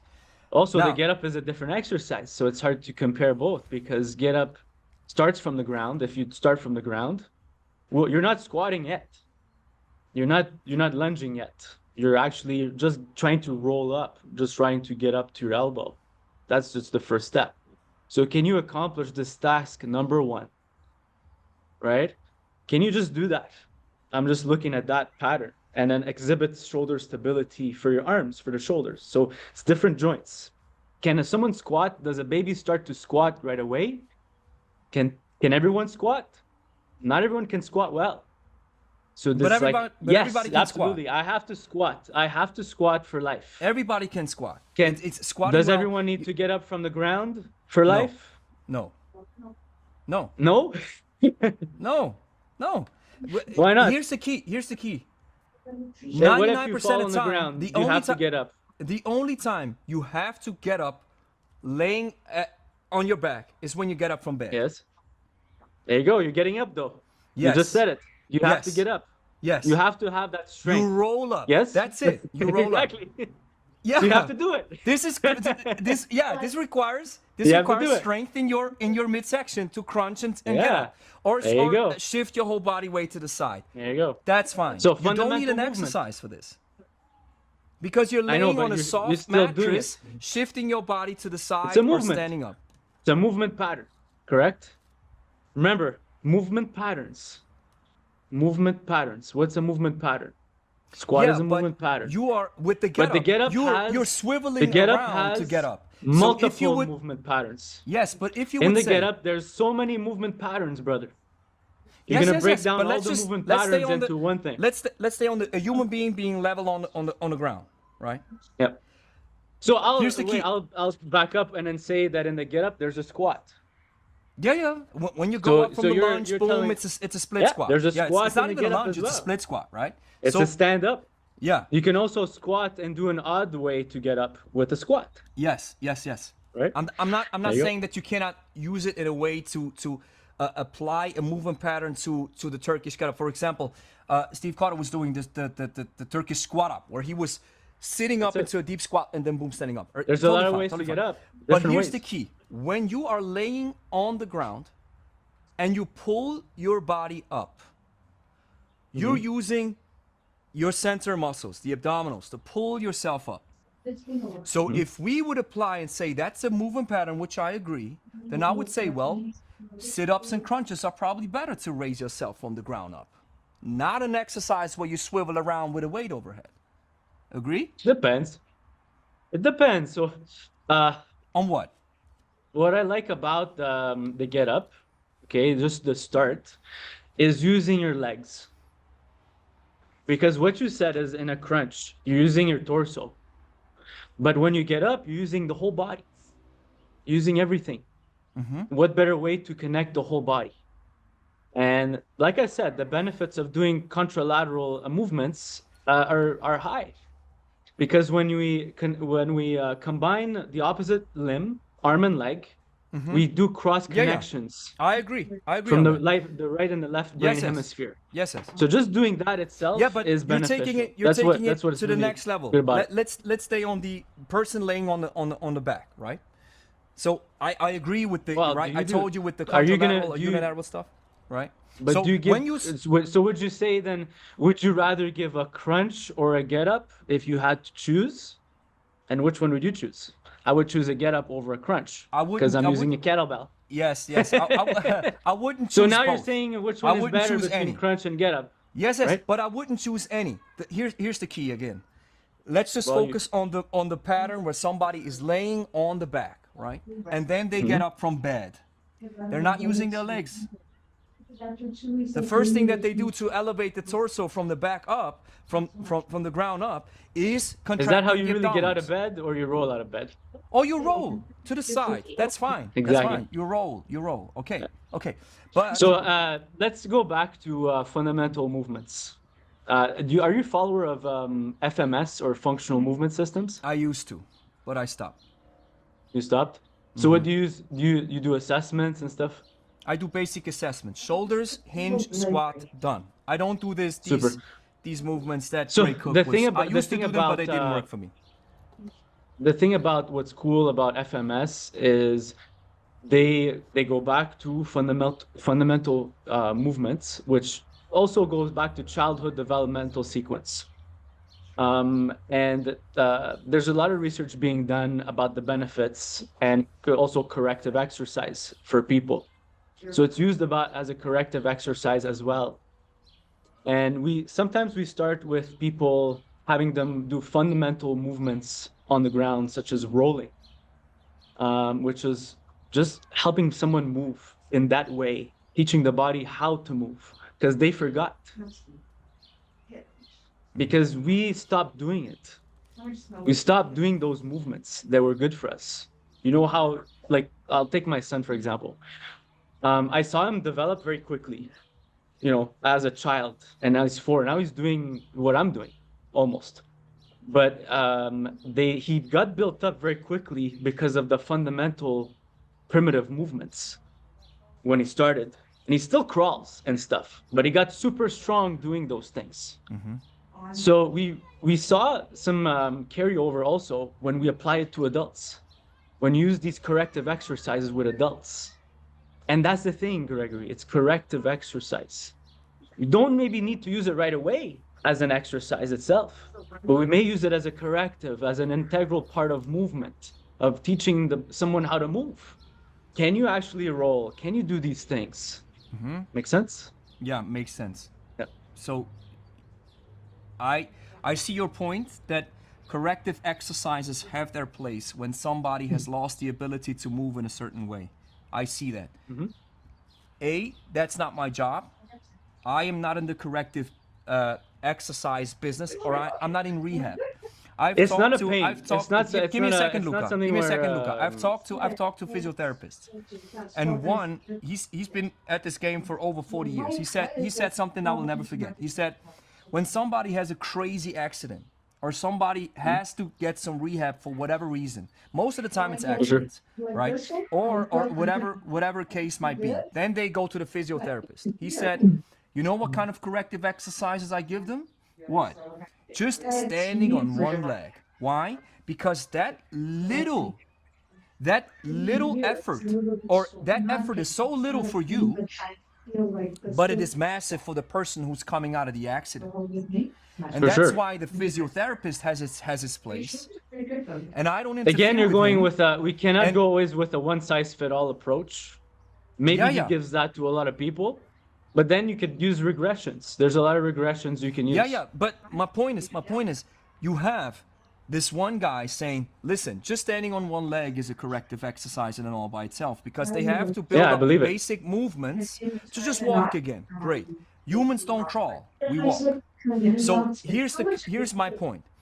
I rather teach you when you come in my class. Here's the I'd rather thing: teach we you, can crawl, we can walk. but we don't. People we don't. can We walk. Human normally, beings walk. but we don't do it as a strength exercise. We walk as a strength exercise? Yes, with 2 heavy kettlebells. Yeah, you could do that. All That's right. possible. Right? We have a strength exercise walking, but let's But just let's just- normal walking. Normal regular walking is it's not a locomotion. strength exercise. Yes, it's regular just a motion. normal Yeah, thing. It's locomotion. It's a normal thing. But everybody needs it. Everybody needs to walk. So you do this on a daily basis. And so here's where I come from. I'm not disagreeing with the fact that some people require corrective exercises. Wholeheartedly agree. I do, however, think that the get up is not the perfect exercise for corrective exercise. If it was the case, if that was the case, every physiotherapist on planet Earth would do the get up. I'm just assuming. Let me Not break it down from necessarily. this point. It's just sometimes it's a knowledge thing or an application thing or just an Yeah, but exposure don't you think thing. the physiotherapist? You know, that you just have to be you could have to be exposed to those things, brother. I see. You know, you were but exposed to physiotherapists have kettlebells been around before. I see, but physiotherapists But have been around the since the Second World physiotherapist War. can also, you're right, but it could be a different branch altogether than exercise. And then you see sometimes there's a huge disparity between the medical field and also the exercise field. But there are also people that try to bring it in as a continuum. Yes, and here's where I see a little bit of an issue. You as a therapist, you make sure that this person can walk again. Whatever it's at your disposal. Even if you say, listen, just a regular, that's my point. If you let's say you use the get up as a fundamental exercise to come back up from the ground, great. The amount of time you spend with these people to go back up from the ground in case they ever fall or whatever, even though I would say if they fall, they just turn around and push themselves up and then stand up, right? But that's another Depends topic. who you spend time with, because you may generalize to the general population, and you're right, for sure. I've taught people to get up where they learn it in one session. They could see me, they do it right away. I've taught people where they don't understand even just the first part. Okay, just doing that, just the movement. So just that movement, that's what I'll have them do. A squat is another movement that I'll have everyone do. Which I But I'll believe, have and some here's- people but can. here's I'll the have key. some people start with assistance with the TRX because they need support, bro. They Yeah. cannot squat on their own, even body weight, or they can't use a kettlebell yet. Yes, So you yes. have to With start kettlebells, someone where most they definitely are, we have no to, matter we what have it to is. wait. Yes. And I also see the point that you have to, maybe if we have, I remember one client, she just got started a couple of weeks ago, and she was so weak in the hips with the squat that she was having issues just squatting down and standing back up. So That's right. I say, all right, this shows me this is a great assessment tool because you're not able to get back up from the ground and you have to stand up all day, every day, and you have to use your biggest muscles, which are in your hips located, the gluteus, right? The glutes. You have to use them all day, every day. So I make sure you do squats all day, every day. This is where I come from, where I say the most bang for your buck exercise, like a squat and a press. Nothing So can I replaces these press? two When you say exercises. a press, are you doing what kind of press are you doing? Are you doing more of a vertical press or a horizontal? It doesn't press? matter. You arm overhead, arm overhead, arm overhead. That's Okay. what I want. So right? when you- so when I'm you just work saying, with a but give me a student- second, Luca. Give me a second. I'm saying the squat and the press these two movement patterns, in and all by themselves, natural movement patterns that people have to do almost often in their For lives, sure. picking something from up there, or Yeah. sitting down, and let's even just add the deadlift, picking stuff up properly from the ground, distributing the load amongst your legs. These are movement patterns and activities that everybody uses in their daily life. So if I have Yes. exercises at my disposal that can give you a immediate strength and skill transfer into these exercises, these are the ones that I'm choosing. Yes, for sure.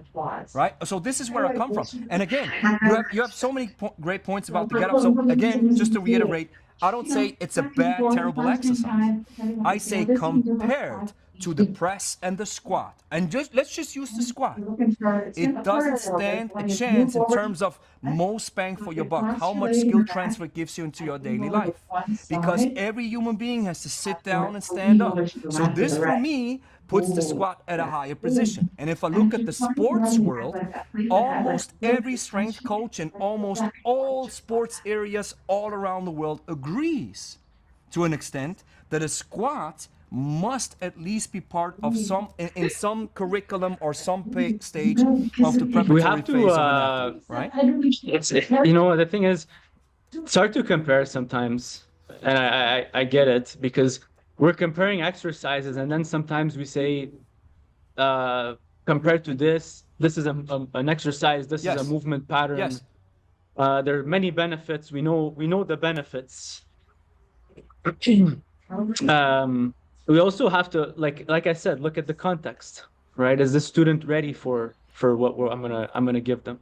I think it's always comes up to readiness. Yes. But what you use to build that person up to being ready for what you're gonna give them is important. I agree. Right? Whatever But you don't give you them, think it has to everybody's be, ready to it has to squat? be. They Yes. have to, because they have to sit down and stand up, right? Everybody has to do it. Everyone is gonna squat like every squat, and it needs to be optimized. The majority of people, unless you do That's that my for a point. living and you have a For trainer and stuff, example, or a that's my professional. point. But we have to help people squat better. We have to just help people squat generally better and stronger and have more mobile hips. Yes. More mobile T-spine. The T-spine is a big part in the squat, not just the hips. Most definitely. Right? Most So definitely. when I The assess a squat is student, such a powerful I'm gonna exercise. go back to mobility and stability. Okay, where do you have to be? Where do you need mobility? In the hips, in the shoulders, in the T-spine. You need mobility in your ankles for just being functional. So you told me you assess students, you have to assess their shoulders, right? Yeah. If they could do this. Yes. Or if they could do this, or they have to have good shoulder function for them to be able to do this. Just arms up. Yep, that's what we do. Just arms up. Yeah, let me show you. Our assessment is very, very simple, because I consider myself a trainer and not a therapist. I never want to mix up the two. You don't have to be a therapist, but you can also help people gain better mobility. Yes, but without then addressing the pain. They need a therapist if they have a severe issue with a certain movement pattern, or they're not able to do certain things, or they come from an accident or whatever, right? This is where I think we have to make a differentiation between trainers who give you the strength part, which means you come with a base, which means you're able to move. Now, let me give you some strength. While you don't even have the ability, this is what I love about Gray Cook and Funk and FMS, is they say move well and then move often. And I've added move well, move often, and then move on the load, right? So take away the load, take away the often, make sure you move well first. I think that's the job of the therapist. If you come from a place of Is therapy injury, related to, when you say therapist, I'm thinking someone that needs therapy. Yes. Therapy to rehabilitate. Yes. Rehabilitating something that's gone wrong. And then typically, like in my mind, I relate it to someone that had an injury or pain. Yes. But also there are specializations that trainers can take. Sometimes they specialize in myofascial release or stretching. or they'll do corrective exercise, or more posturology or neurological component. And this is where And I think if this you're is, yeah, qualified, you can apply those things with your clients. I It's not a agree. problem. I I agree, do it but all I the think time, this is, yeah, right? I agree to a certain So extent, but I think we also get it mixed up. And we use a lot of, in the trainer sphere, or at least in the fitness sphere, we used in a lot of tools and ideas and corrective measurements or release techniques that A, don't have a lot of scientific grounding, B, do not really prove that they actually work, because we can just say, hey, let's have an experiment and say, for example, let's have a shoulder, right? Somebody has a shoulder injury, yeah, or shoulder issue, some of them work, right? some of them don't, for Right? sure. Okay, somebody comes to me and they're not even able to elevate the shoulders up. Okay, and it always I have 4 cases where, and in 3 cases they needed surgery. So we were training, blah, blah, blah, blah, all good. All of a sudden she comes over and says, listen, I fell from the treadmill. How stupid is this? Imagine. She said she was running on the treadmill. Her cell phone was ringing. She picked it up, stumbled, and tripped and landed on the shoulder. And I told Angie, I said, see, people hurt themselves rather on the treadmill than with the kettlebell. So stop demonizing the kettlebell for being a dangerous exercise. It's not. Or a dangerous tool. So then... the cell phone that's dangerous. Yeah, exactly. The cell phone is dangerous. So then she hurt herself seriously. We kept training, blah, blah, blah. And all of a sudden she said, listen, I can't sleep anymore. I'm having so much pain. And then here's what we did. I said, let's find out what's wrong. So then we elevated shoulders, this, that. We found out internal rotation causes immediate pain. Internal rotation with flexion of the shoulder causes even more pain. So we found out, all right, here's the issue. Here's what I said. I said, you go ahead and check this out. Because this is not my sphere of expertise. You have to have a medical professional check out this thing. What happened? They checked it out and they said, listen, you need surgery. So this is where I come from. So then she came back after 4 months after post-surgery. And she's now working with a physiotherapist. And I said, listen, it's good. I told her, everything that the therapist does is there to make you fully functional again. If you cannot use that shoulder yet, but you do certain exercises with the therapist, I'm not going to mess with it at all. I'm not going to do anything with it, because this is the expertise of the therapist. Yeah, it's recommended by a professional. Exactly. My professional expertise comes in when you're able to move well again. Then we can load it, and then we go balls to the walls and make you strong again. So this is where 100%. I come from, right? And so I believe we need to have these different. Where I see your point, where maybe a trainer says, "Listen, I started out as a coach, and now I found my passion in these rehabilitative measures." So then I went into the physiotherapist route, and now I'm at home in that therapy realm. Great. But it becomes an issue if we take 2 very complex and deep topics and areas of expertise and try to mix and mash them together. This is where I see an issue. Because you know as much as I do, being a kettlebell expert, people who look at it from the top down, who don't know nothing about, or even fitness professionals, they think, well, I'm using a kettlebell if I want my clients to jump higher. What? Really? That's the only reason why you think a kettlebell makes sense? Which tells me again, even fitness professionals who don't know nothing about kettlebells, they are not professionals when it comes to this little realm of that tool. That's why I think specialties make sense. You follow me? You get what I'm saying?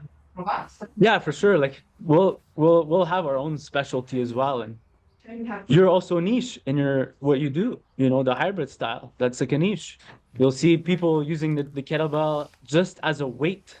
The gym, you'll go to your local gym, they know nothing about kettlebells, and they'll start curling it. They use it as a fitness tool, and that's fine. That's the different aspects of fitness, you know, that people can use it. Yes. So one little thing that I want to touch on finally, Louka, is the idea of tension. So here's what I discovered, and I think you will agree with me and maybe give your insight on that area.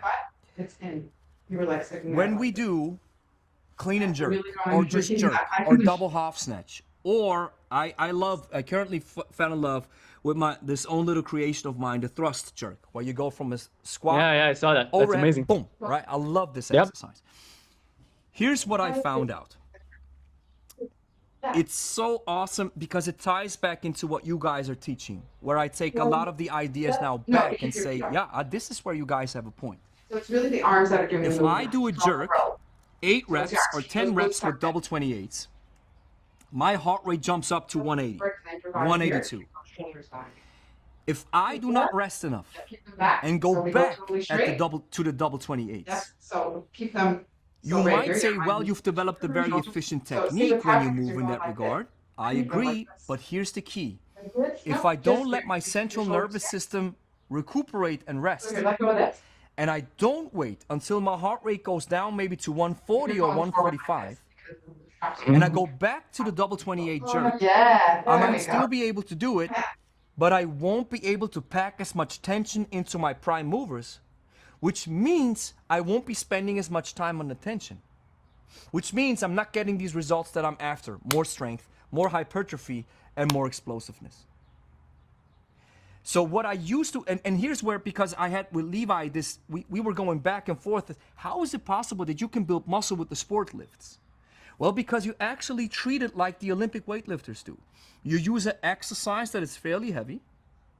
You use weight that is fairly heavy, that is challenging you, like in my case, double 28s. You do one burst set that takes you 30 to 40 seconds of work, or 30 seconds with 10 reps, or 8 to 10 reps, 30 to 40 seconds of work. You drop those bells down. You give your central nervous system enough time to relax. You go back at it. And then when your central nervous system has relaxed to a certain extent, I think about the strong first and hard style idea, where I say, let's pack as much tension into the exercise through my prime movers, because my CNS has now recuperated enough.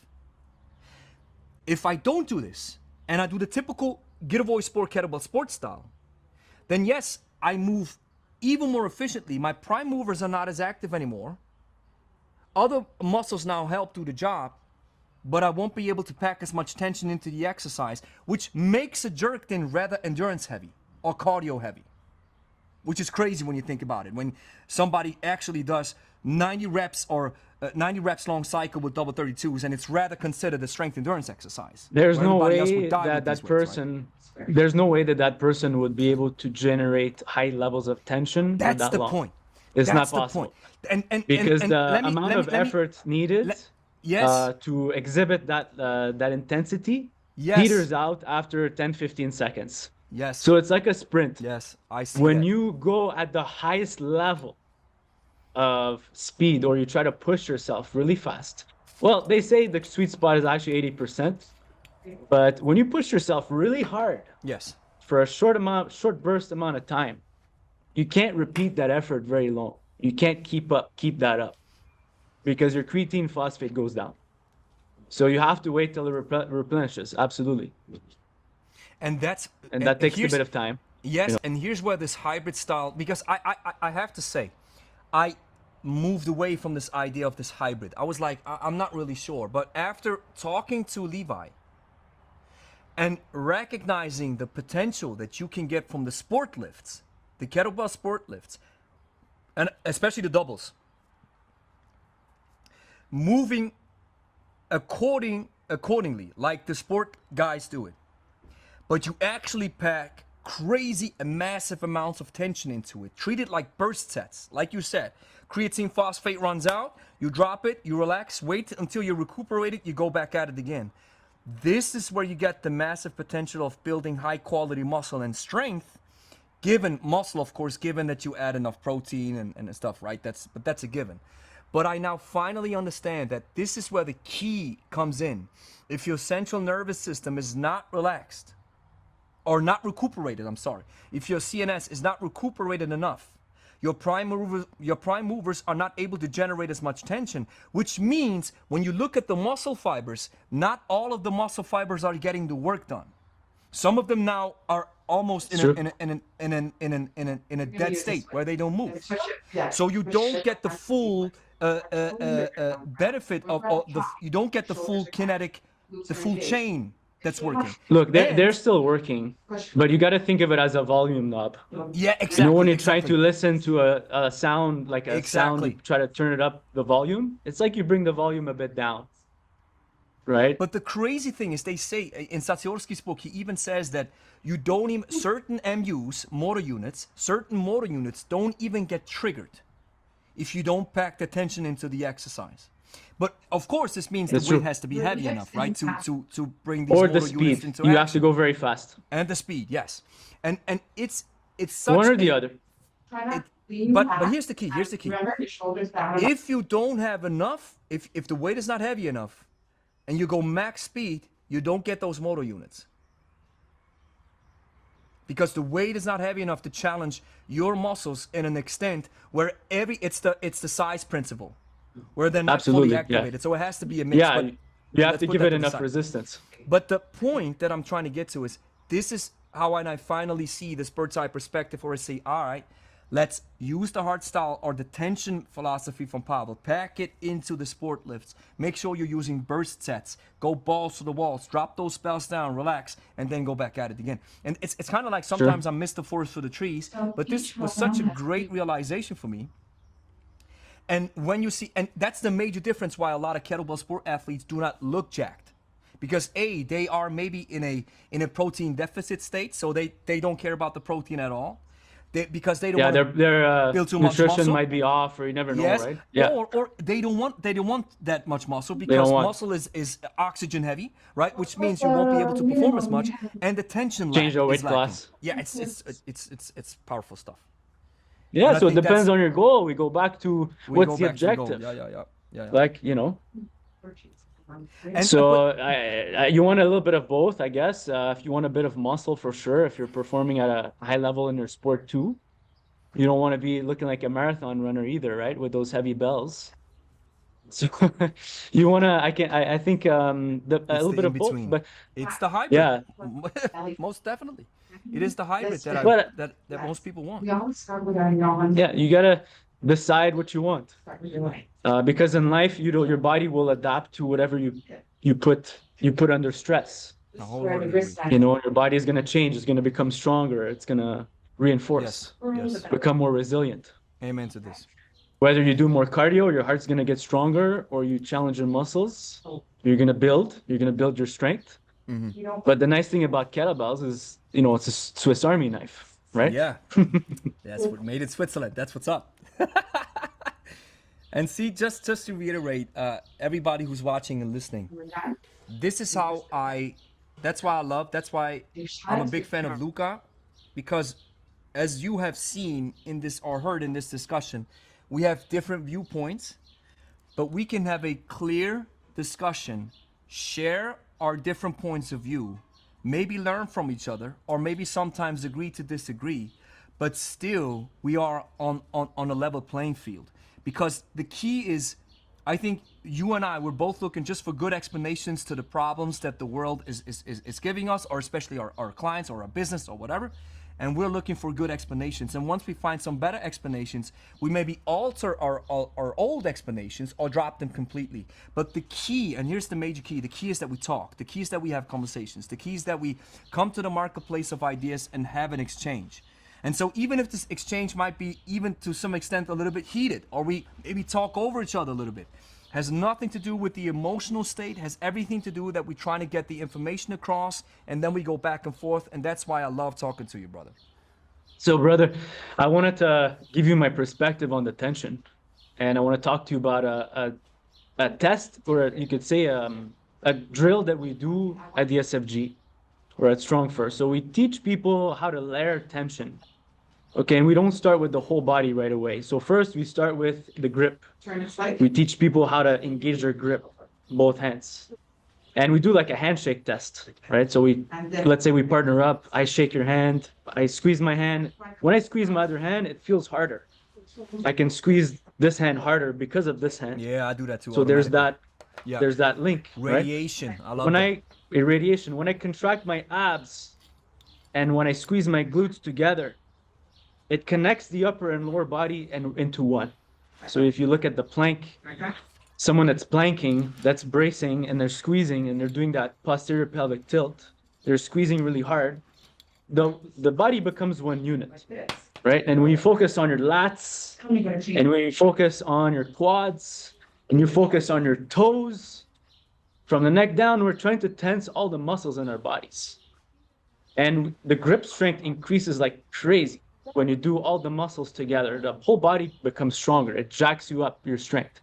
When you add, we do the power breath, either the hiss or the grunt that we use to get up or to squat or to press or to pull.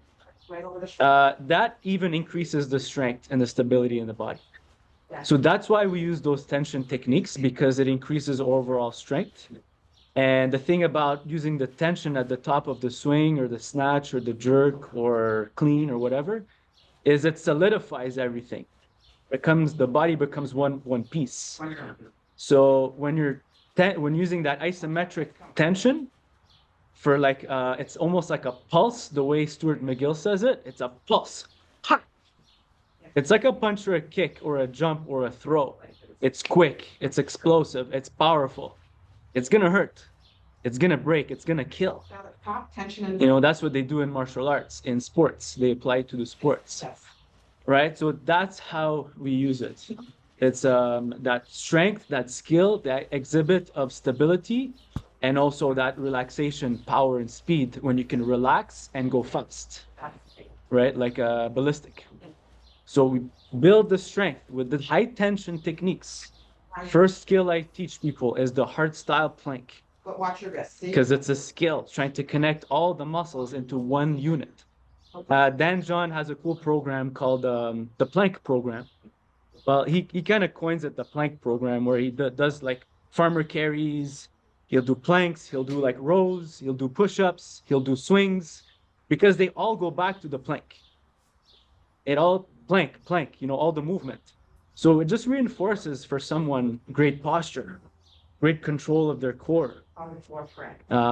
Using reflexive stability also, because the more you do it, the body does it more autonomous after a while. It becomes autonomous. At the beginning, you have to think about it. It's like, okay, what muscles are engaging? Let me go through a checklist. My fists, my pecs, my lats, my abs, my glutes, my quads, all the muscles in my body from the neck down is tight. We call it an isometric war. As tight as possible. And you try to make that more intense, right? You teach that as a skill for people. It's going to make them stronger. And then, you know, we build them for swings later or cleans, you know. But we build that skill first, the tension, the skill of tension for everyone. That makes sense? I like that, yeah. So let me give you my perspective on strength. Using certain techniques to augment and elevate your ability to connect mind muscle.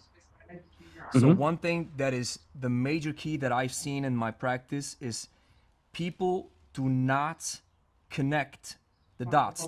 If you haven't used a particular muscle in a very long time, you have lost the connection. So when we teach the hinge, for example, you see this too, right? People bend over instead of pushing the hips back because they do not understand how to hyperextend the pelvis, because there's a war going on between the hamstrings and the lower back muscles. And that's why I love what Pavel said, again, giving credit where credit is due, even though I critique him sometimes, where you say loosen up those brakes. The hinge does this, breaking up those. If you have brakes, I always say if you have brakes on the muscles, it's like driving on the streets with holes in it.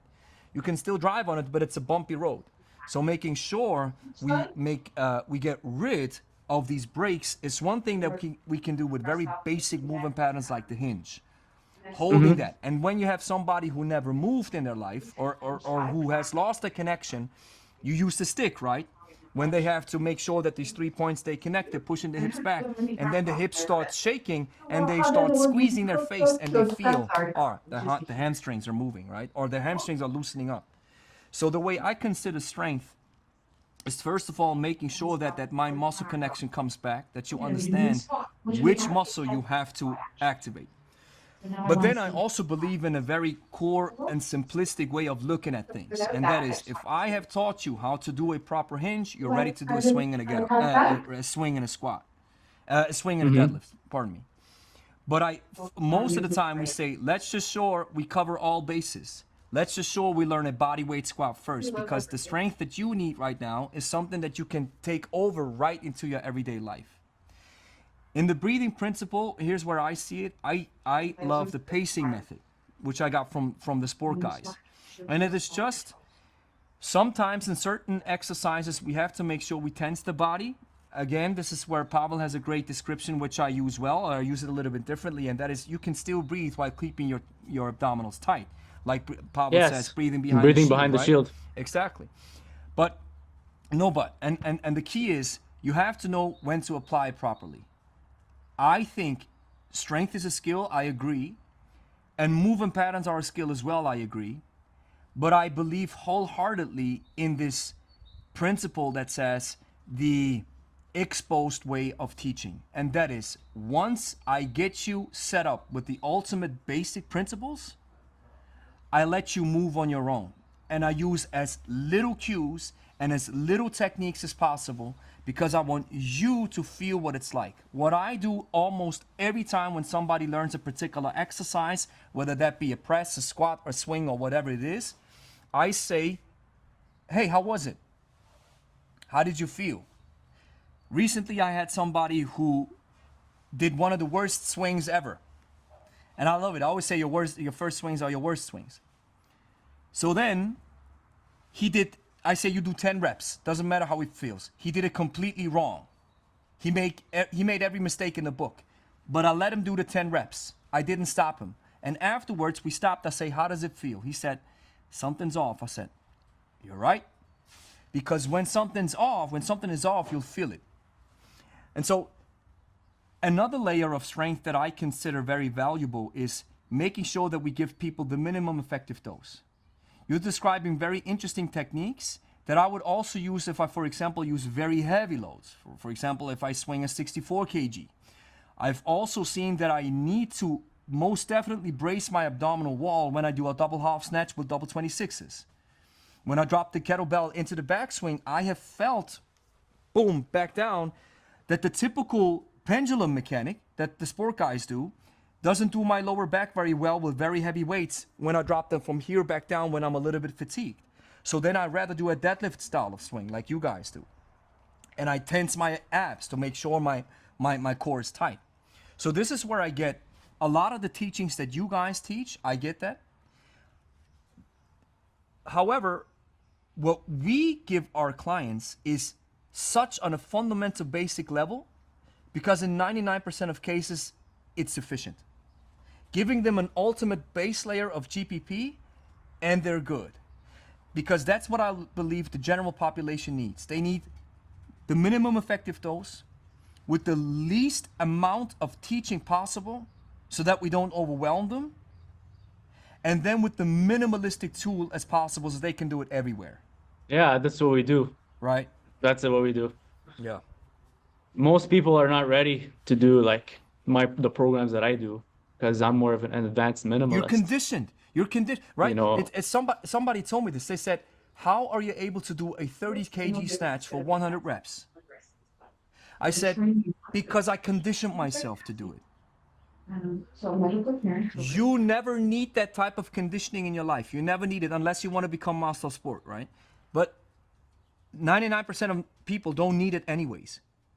So just like 99% of people or of your clients will never be able to do a 52 kg get up, you do it because you conditioned your way to that front. And you and we are, and I don't want to sound condescending or somehow arrogant, but we are rare breeds. We are people who have fallen in love with movement, right? And that's rare nowadays. I understand why.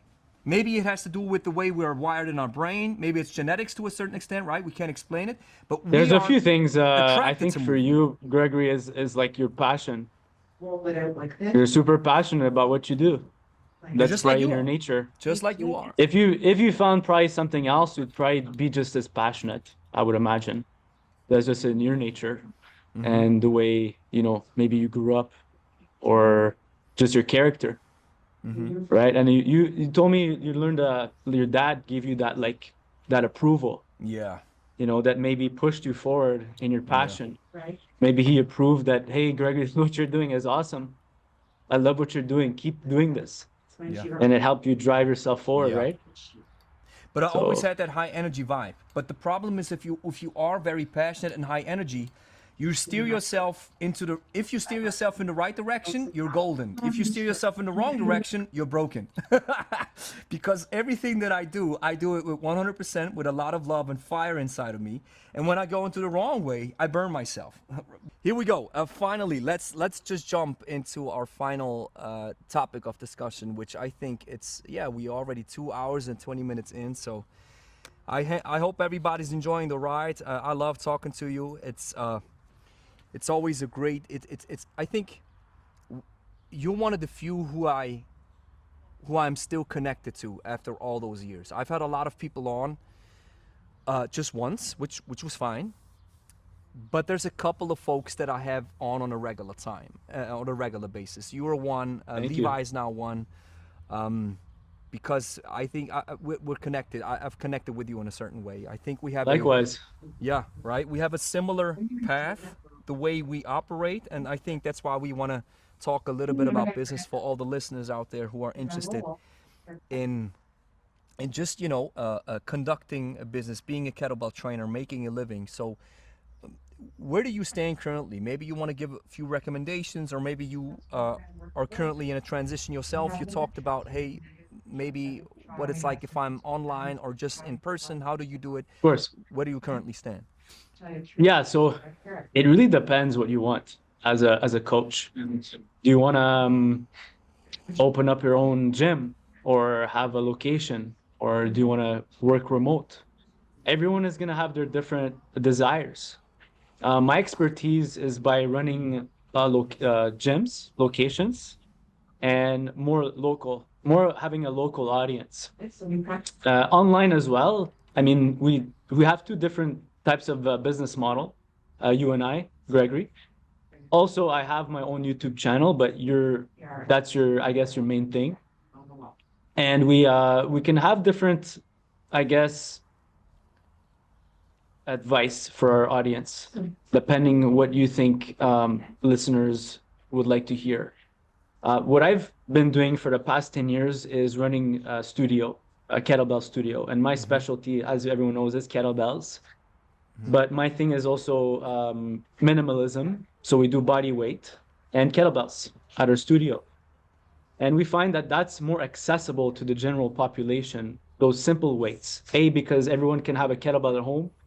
And B, because you don't need any equipment to train body weight. It's very accessible. So I like to teach people accessible things. Number one, because they're always going to have some sort of like objection or thing that they can't do, or either their schedule is too tight, or they can't go to the gym, like travel is an issue, or, for just simplicity, just do this, just one thing. Let's just start here, because people are overwhelmed in general. High stress levels, too busy, business, family, life, everything come together. They don't make time for themselves for exercise. So rather than make it like, you have to go to the gym 5 times a week and do arms, legs, back, this, abs, whatever, we're just going to keep it simple. We're going to do movements that work everything. That's going to help you get better, have more energy, feel better in your body, get stronger, help you lose weight, build some muscle. Why not? That's our concept. But people don't come see me necessarily for kettlebells per se in my area. They come see me for a transformation. They want to change their lifestyle. They want to change their habits. So I help people with those things. We help people change their habits. And then we provide them the tools, simple tools to follow. Protein, you use your hands, like the precision nutrition, just use your palm. Enough protein, use the size of your palm. Vegetables, eat a fist size. For the carbs, just have a cup size. For the fats, have a thumb. We use all those things for people because they're simple. And that's why we love the kettlebells, and it's the same. Are you still, let me go switch positions a little bit. Are you still, did you get the precision nutrition qualifications? I did not, but I have a lot of my coaches that do. I have like 4 of my coaches that have it. Nutrition is not, let's say, something I wanted to study, but we use the principles with our students, which are simple, and anyone can follow them. So I like that. I've changed my perspective on nutrition quite drastically, but we can jump a little bit into this. So You get better. I love what you say about people don't necessarily come to see you for kettlebells, right? I have the same experience, and I have seen in practice now that the crowd on YouTube is not the same crowd that we gather locally. Because I always say it like this, I have 3 horses in the race. The main horse is the gym, the in-person teaching. I also put online coaching in there. I'm going to explain that in a second. Then it's courses. That's horse number 2. And then number 3 is affiliate marketing.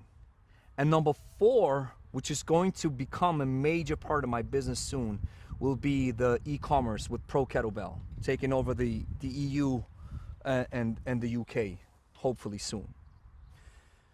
And what I decided to do quickly is to make sure I have a couple of pillars in my business that carry the whole thing if one thing is lagging to a certain extent. Because I think here's what a lot of people need to hear is, even if you're crushing it and you are very successful, there are situations, certain months, that don't perform as well like others. And then you have to zoom out and see the whole picture. You're not going to crush it every week, every month, every day. But if you zoom out and look at the whole picture and see, wow, we've had steady growth over the last 5 years, this is the big picture, which tells you you're on the right track. So that's something that I had to learn, because sometimes I get into existential crisis mode, even though I don't have any reason to do so. But my existential crisis mode is telling me, wow, this month is a little bit slower than the last 2 months.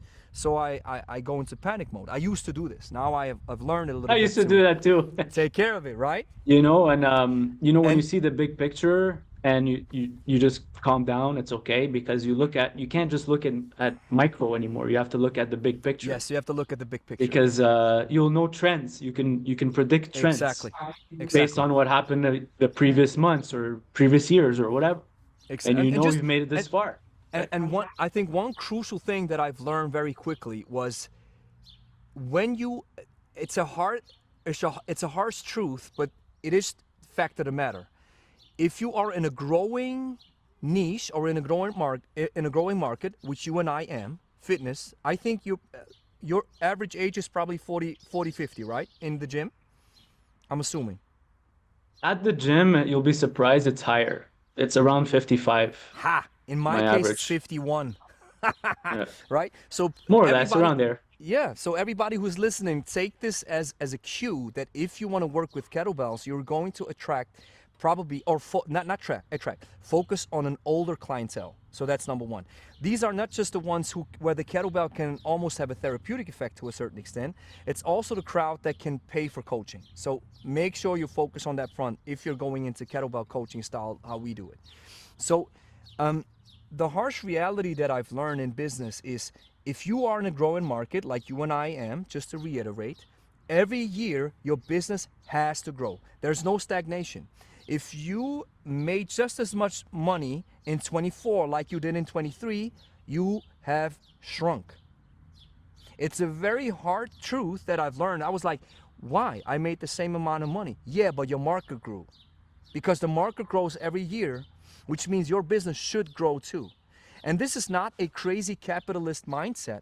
It's just a mindset that is the law of nature of living in a market or operating in a market that grows every year, which means every year you should see steady growth, which is a very hard truth to live with as an entrepreneur, because it puts you a little bit under pressure to a certain extent. So what I did to remedy this pressure is, August 2024, I've devised a Facebook ad. You have to think about this. I've worked 8 long years for this one ad that's finally crushing it. I've discovered in 2024 through lots of trial and error, and I've spent a lot of money on marketing courses, and I spent a lot of money on business coaches. I'm currently working with Simon. He's my business coach. Shout out to Simon, who's helping me elevate my business.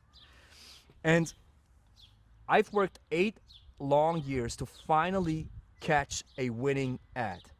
And currently we spend over $3,000 per month on Facebook advertising.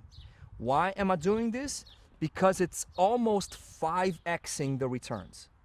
And why is that? And that's what, Louka, what you said. People will not come to you for kettlebells unless you operate in a niche like you and I am. I'm assuming everybody who connects with you through YouTube, maybe for a course or anything like this, they come to you because they discover kettlebells, which is great. But this is not the same like the people who come to you locally. Am I right? So the key that what I was working for is, in order to remedy this problem or this issue that I always have this existential crisis, I wanted to stop living in feast or famine mode.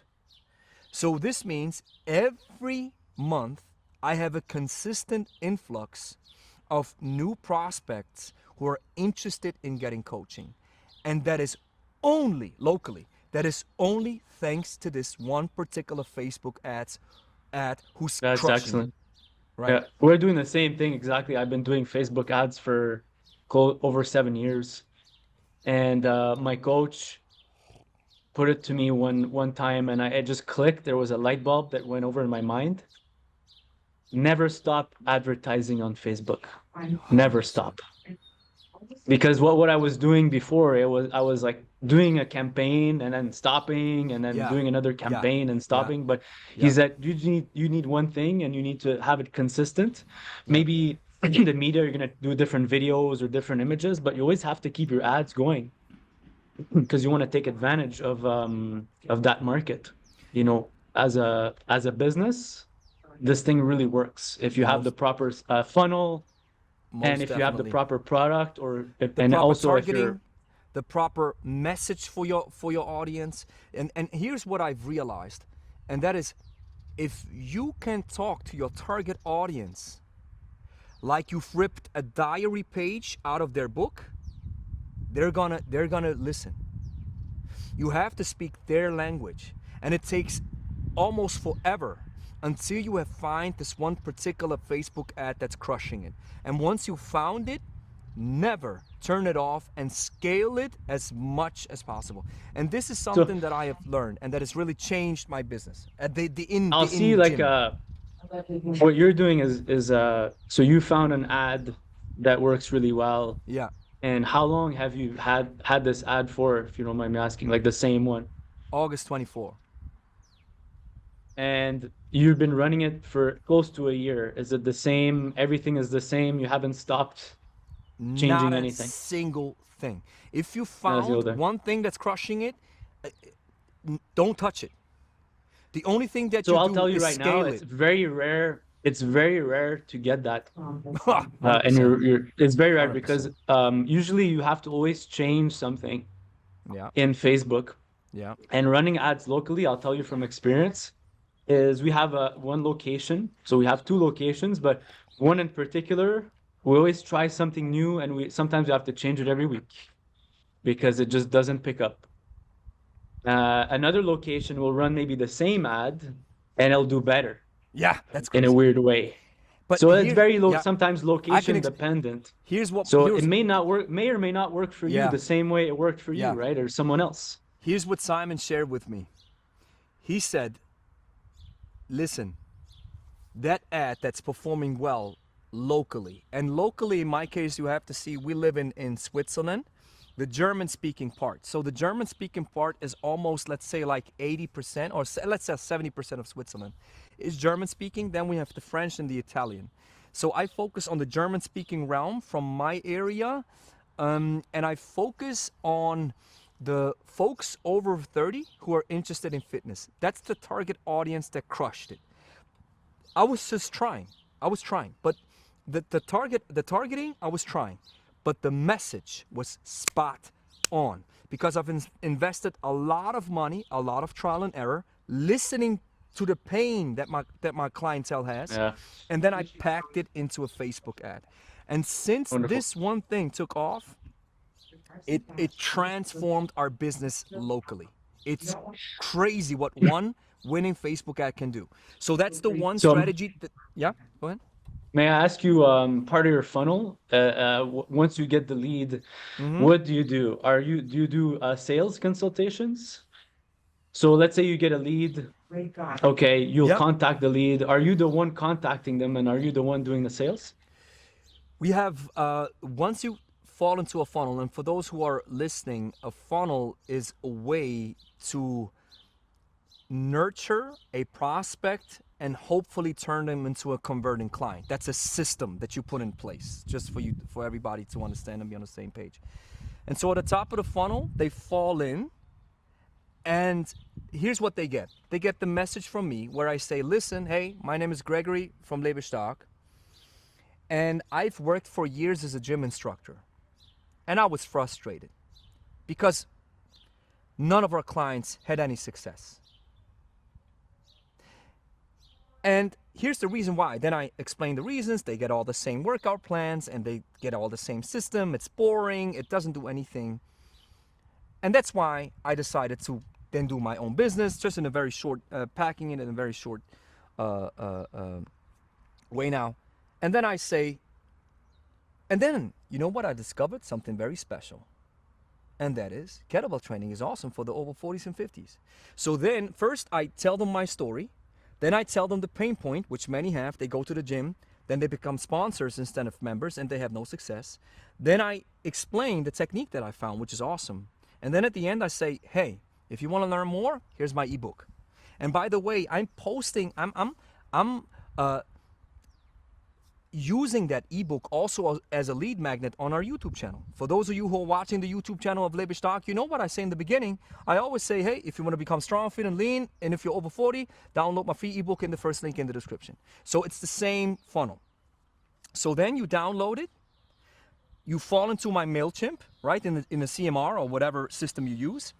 And then you get approximately 7 or 8 emails where we just help you out. So that's what Precision Nutrition said, which really stuck with me, is you give them the keys to the house. I've had people reaching out to me who said, listen, I've transformed my life with your free content. Isn't that awesome? That's like, whoa, awesome, powerful, great. That's amazing. That's amazing, yes. And so people they're asking me this. They're saying, why are you sharing all your secrets? Well, because I have nothing to hide. I want to give you the most quality information for life. But here's a big but. As soon as you want my time or the time of my coaches, you have to pay. Right? So that's the big difference. So then you fall into it, you get a couple of emails, and then at the end of the day, if you're interested, hey, how about we have a conversation? And I used to have these conversations by myself. I did over 400 of them in the last one and a half years. Which is crazy. It's like with swings, like in snatch and everything. You put in the reps, you get very good at it. And now I have a team who's doing these sales calls for me. But the conversion always happens with me. So if you want to talk to me, you talk to Ola or Daniel. These are the people who work for me, 2 awesome coaches. And then once they consider you a good fit, you then talk to me. That's awesome. And then we find out what program could fit for you. But you have to make sure. Is this at your gym for people to come locally to come train with you guys? It is. This is the horse that runs the fastest. This is where we get the most conversions. But we also have the same for people from all around the world. For example, just a couple of days ago, Jason, the guy who recommended this book from David Deutsch for me, he joined our transformation for a full year. And he's now working with Ola and with me as a coach online. So he's from Minneapolis. So we have this hybrid thing going where I can teach you the stuff online as well. But I'm 100% transparent with everybody that I have on a call. You know it just as much as I do it. Yes, we can teach stuff online, but nothing replaces hands-on work. Right? You would agree with me, right? Yeah, of course. Of course. People have to see it as an investment also, right? Like, yes, you can get a lot of stuff for free, but doesn't mean you're going to do it or do it well. You could, if you take the time to learn it and perfect it. Yes. I was lucky. I learned everything from books You know, I just was reading the books, and then Yes. I watched Yes. videos, and then I got certified after. Right. Yes. So your learning path might be self-taught at the beginning, and that's totally cool. You should definitely start there. But if you want to get the edge, get the expertise, and get to another And the level, shortcut. you And need, the you need shortcut. to hire a coach. Right? And the shortcut. I mean, all the mistakes that you and I made while we were learning that stuff. Somebody comes to you starting fresh. You know what pitfalls to avoid. You know which road to take. You know what you have to look out for and what not, right?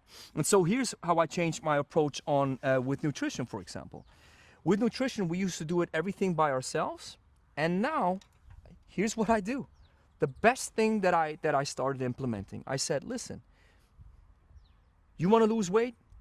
Is a lot, we know, has a lot of almost everything has to do with what goes down the hatch. Here's a very good program. It's called Noom, N-O-O-M. Very great coaching, very great accountability. They take care of everything. Do this. We do the training. And if you need any support on that front and you have any questions relating to nutrition, we'll help you out. But we'll outsource the nutrition so we can focus on the training 100%. And this has paid off so incredibly well. Doesn't mean that we don't help out our clients if they have any questions related to nutrition. But what it means is that I've started focusing and honing in. We talked about this, right? Therapy, training, right? I'm honing in on this particular field that's 2 inches thick, but 10 kilometers deep. And this is where I come from. And this has really elevated, again, our results to a crazy level.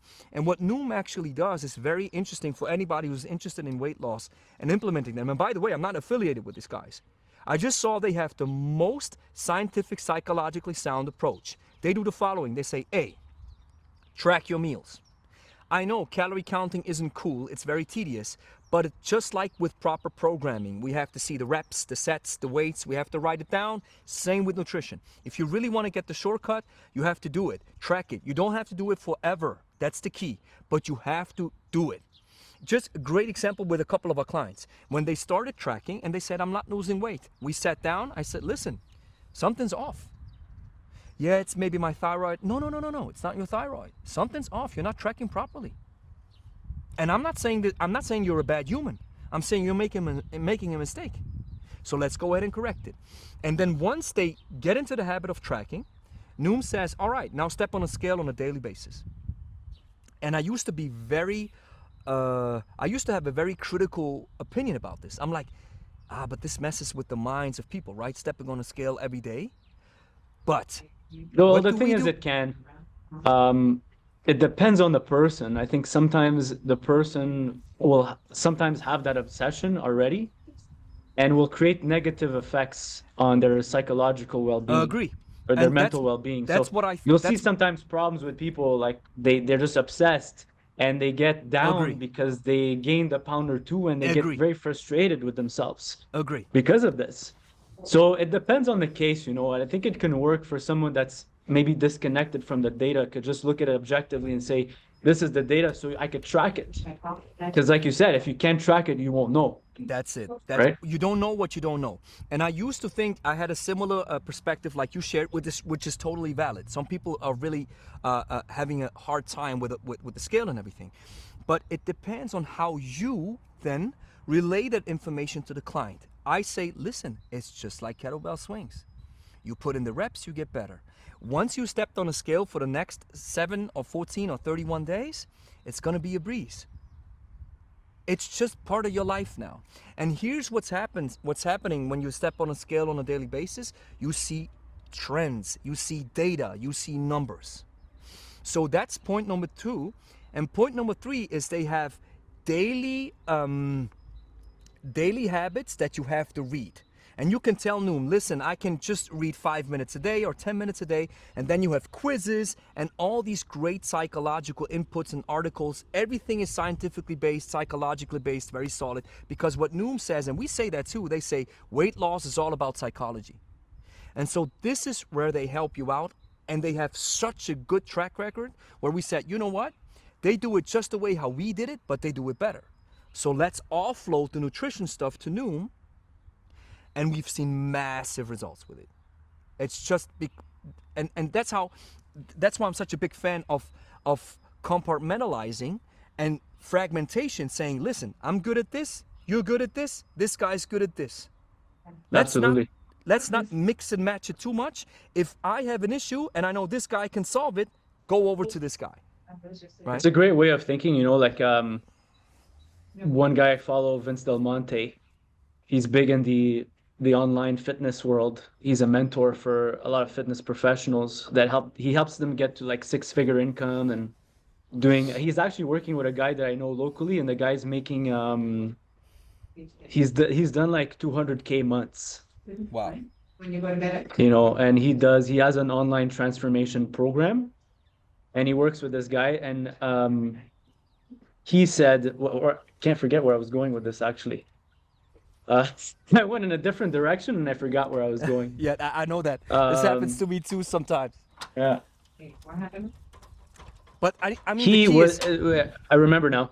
So Go ahead. he ran a program that was all him and a coach, and he did only the marketing, and he let the coach do all the training. And what Good. he did was he just did the marketing. He did the Good. marketing. Good. Videos and all that stuff. Yeah. But the Yeah. guy's fit. He's advertising for his program. He designed the program, but I let someone else take care of all the coaching. That way I Great. can focus on my my genius, right? It's like I don't know if you follow Greg Ballantyne. Greg Ballantyne, you should check this guy out. The Perfect Week. Check out this book called The Perfect Week, and he gives all these like tips and tricks like for people trying to get shit done, but at a very high level, and he uses the Eisenhower matrix. I'm sure you've heard of this, where you have important, urgent, important, not urgent, and then you have the different quadrants the of time- things that you the- can the ti- need to that's what's- delegate to other people, right? From Stephen Covey, is it right? The time management matrix. Yeah. What's important and urgent, not important, not urgent. With one Yeah. quadrant, 1, 2, 3, 4. That's awesome. It's an That's awesome right. way to. Yeah. And fitness. Here's the key. And fitness is in quadrant 2. It is important but not urgent. If you don't train now, you're not going to feel the effects tomorrow.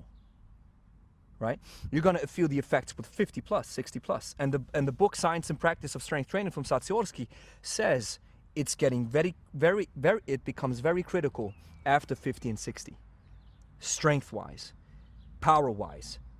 That's why Pavel had this conversation with Huberman, where he said power training is so important for the older generation, right? But about That's that, the first yeah. thing that's the first thing you lose first is your speed. Yeah. You start to slow down. So Yeah. you see people, they slow down. Yeah. They slow down physically, they slow down mentally. Yeah.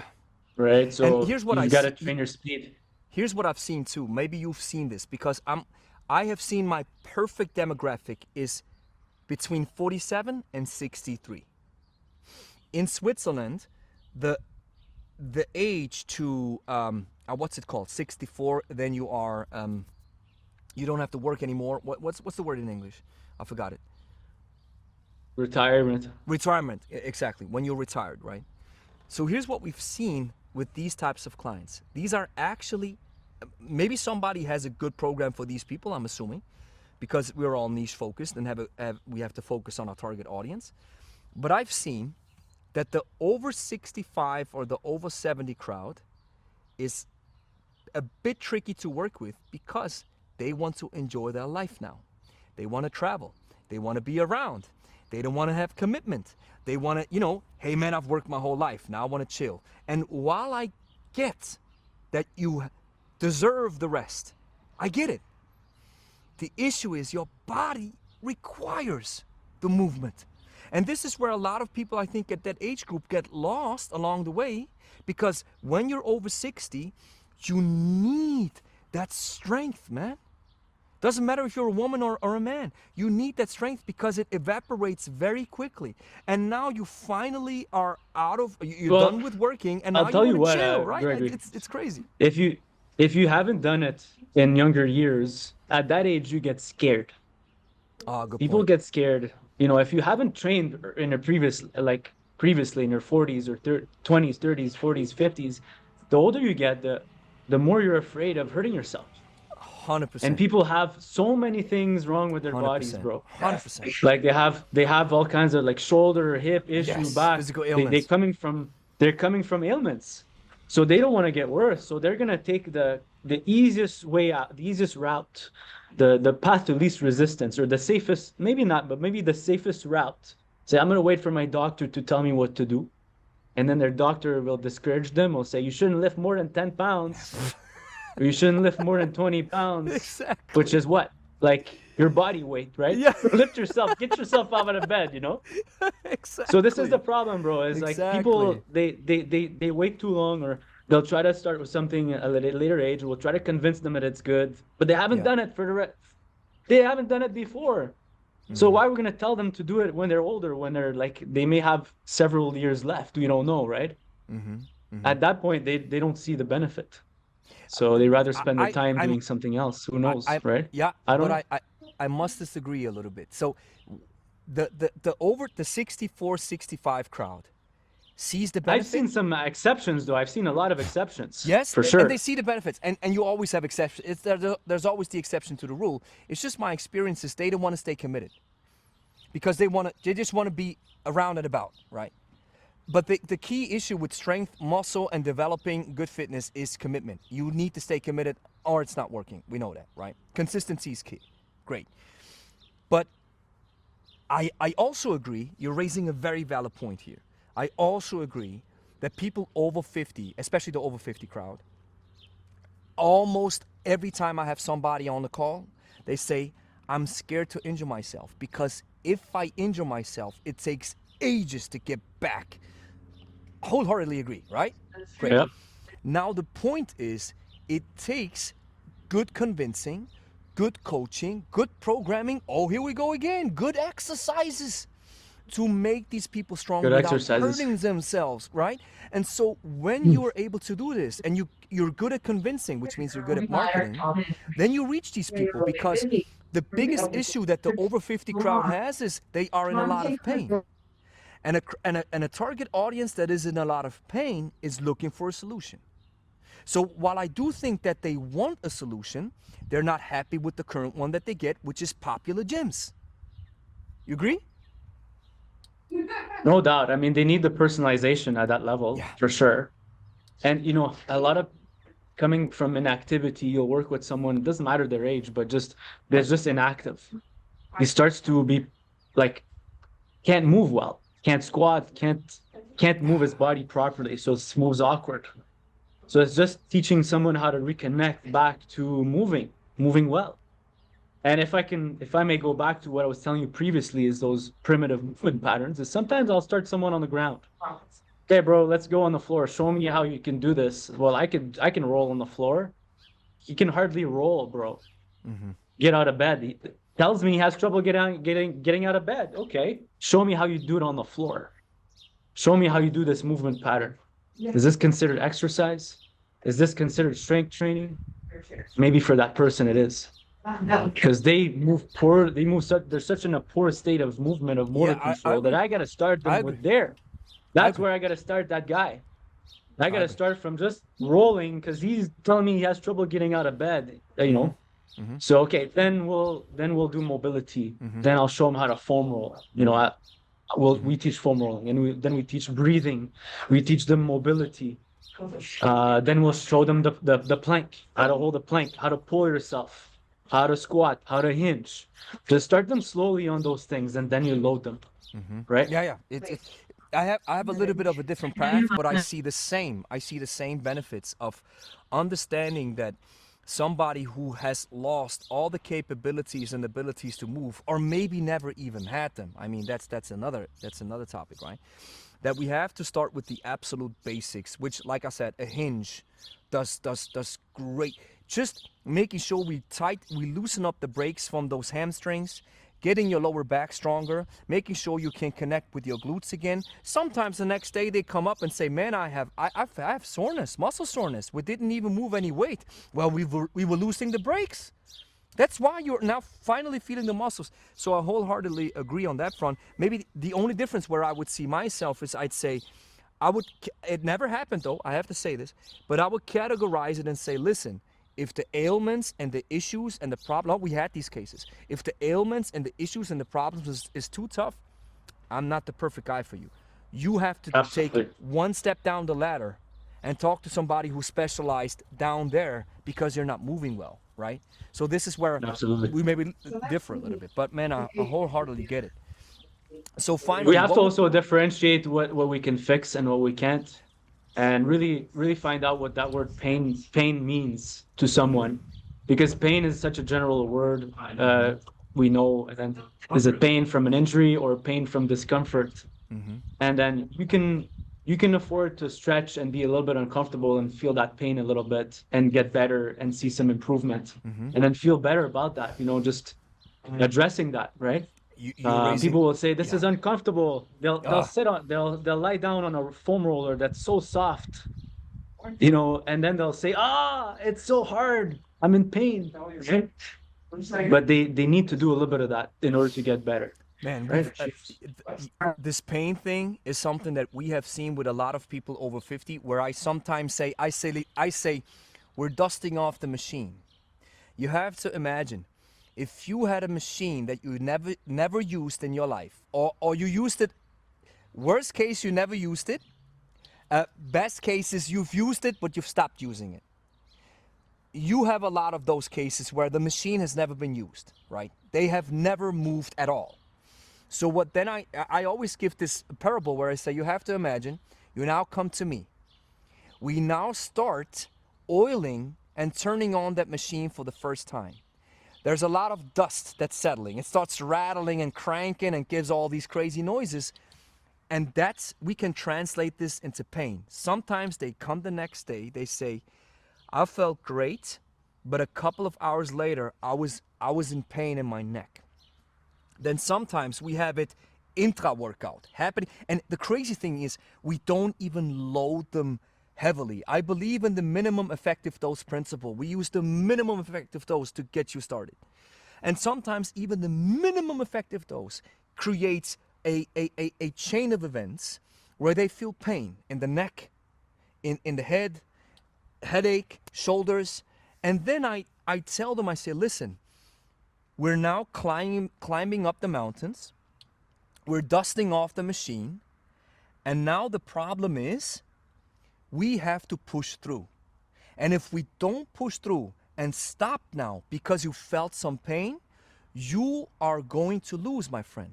We have to continue. We have to keep pushing a little bit through that pain area. And then I always say that you have finally climbed the hill now. And then they say, well, finally, I feel better now. The pain has subsided to a certain extent, right?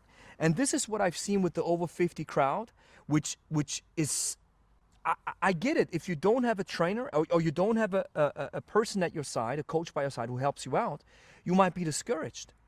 And you say, hey, you know what? This movement thing is causing me pain. That can't be good. But sometimes, this is what Steve Carter told me. He said, discomfort is okay because it forces us to grow. Pain is a signal that we maybe went a little bit too far, but sometimes you have to go there to get the benefits, right? Absolutely. And it's a fine line, right? It's the art of coaching. Yeah. Oh. It's a human relation. It's listening to people. 100%. You really have to listen intently. Body language, tonality. I look for people's faces when they train.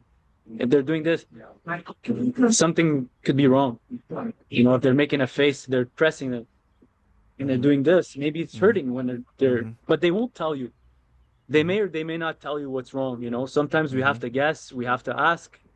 So the art of coaching, as a good coach, you're listening a lot, you're watching, you're observing as well, and then you're giving feedback. You're helping them in different ways.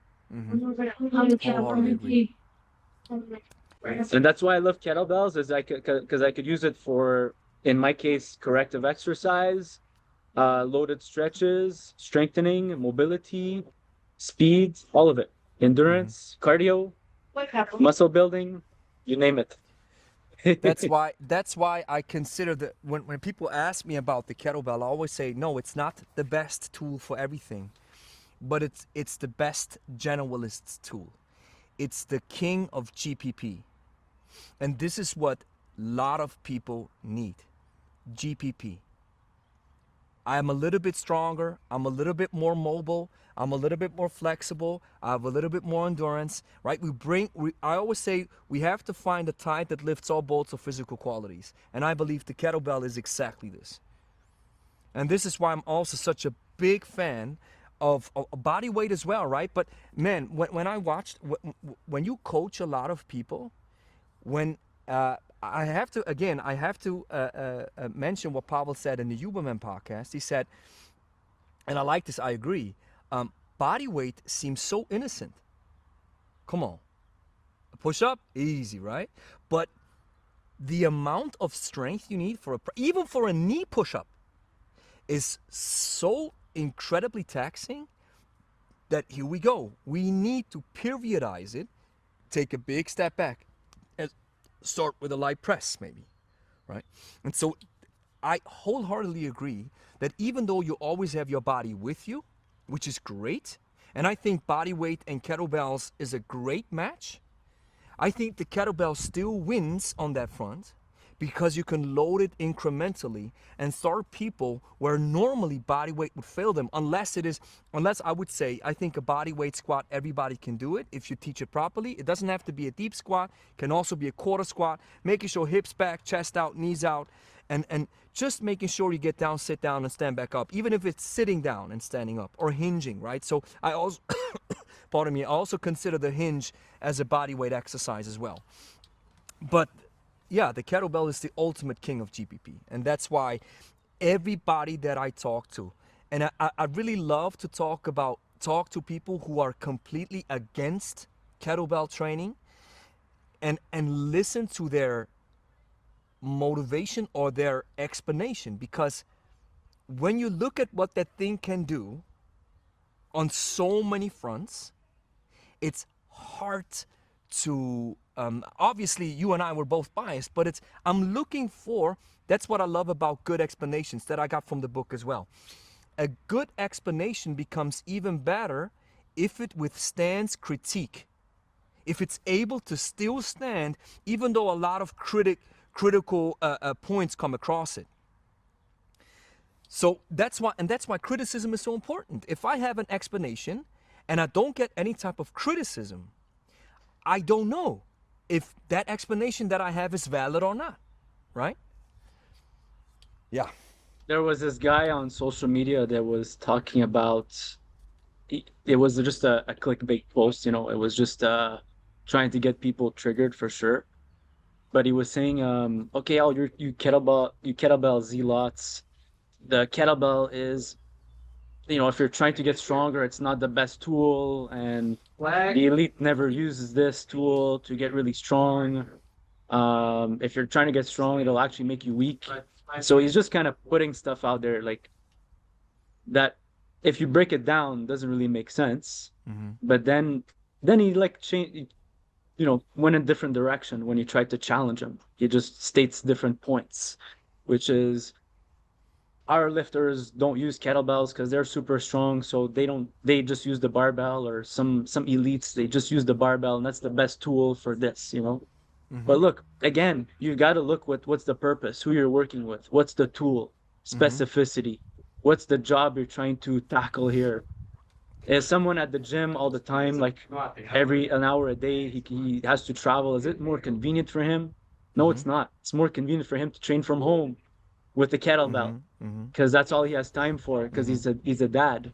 Otherwise, he won't do it.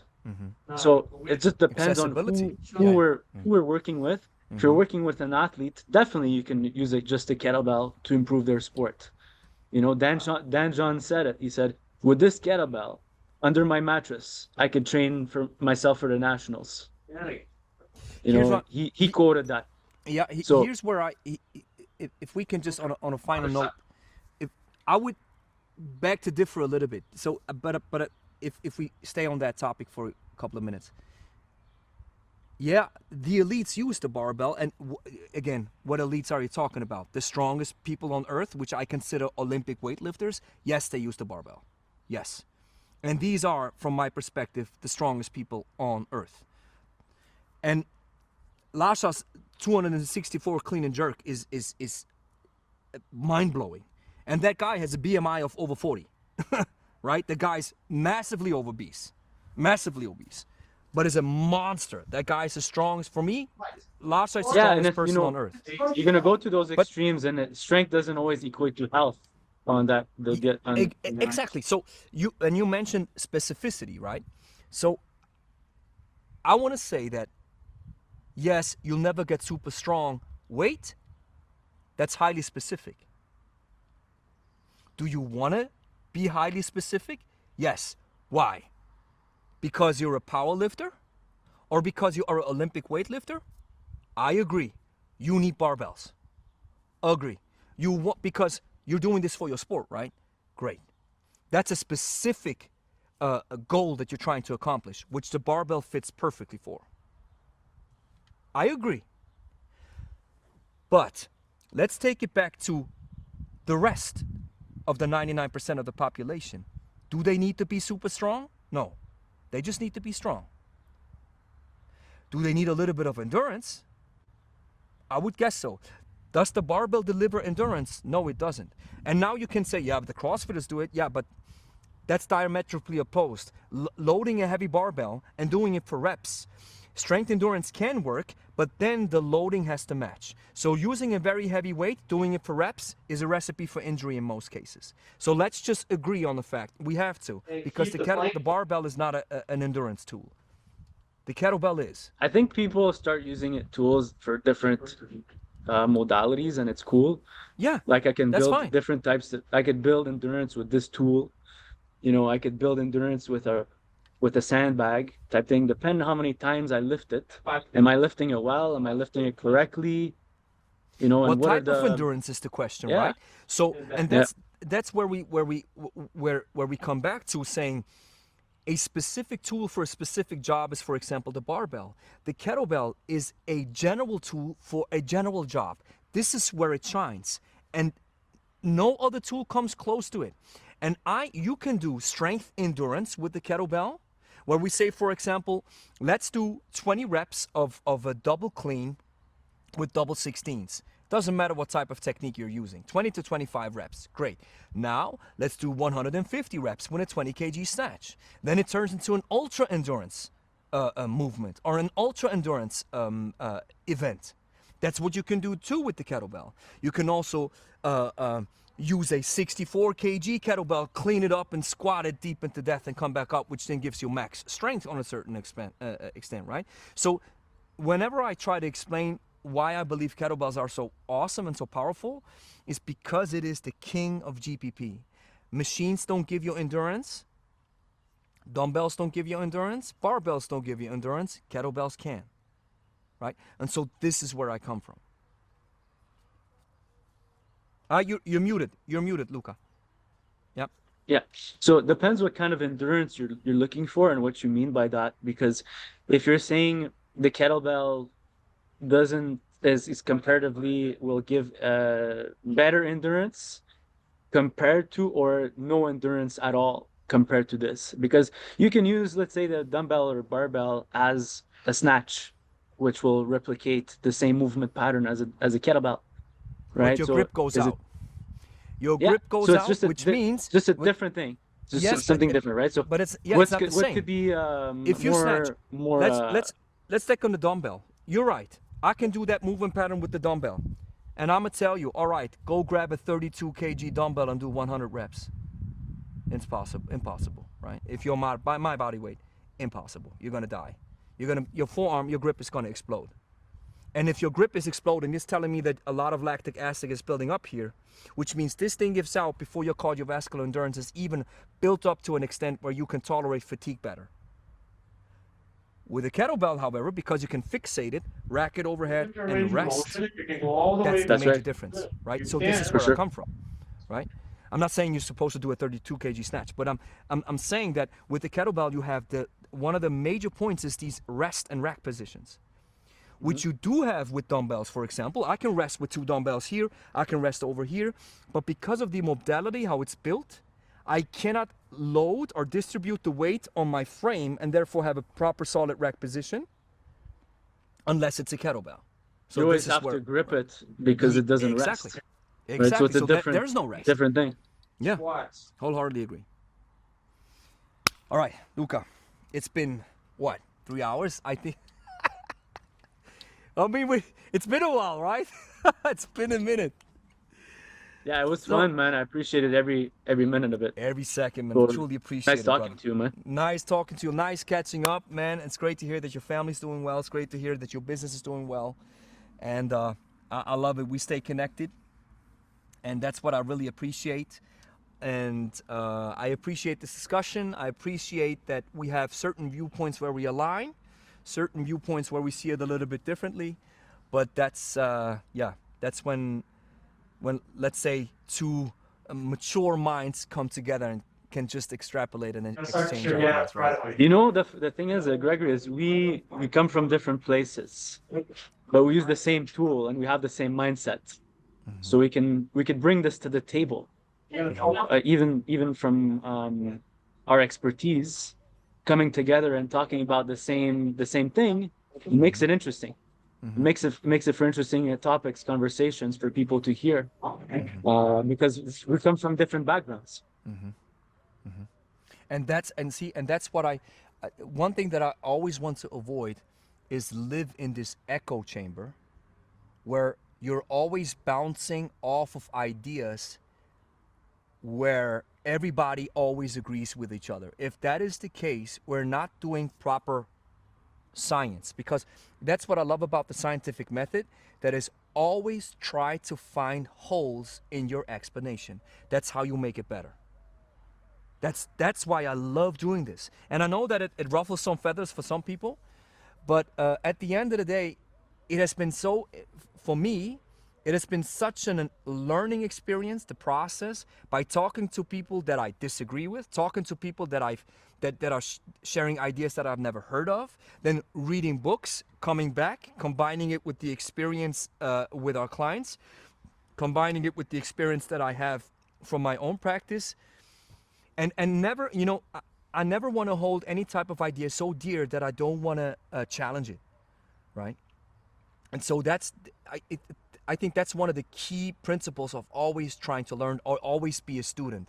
We have enough expertise that we can be teachers. And this is where Bruce Lee, I love this Bruce Lee's stages of cultivation, where he says on stage 1, this is the stage of innocence where you are unaware.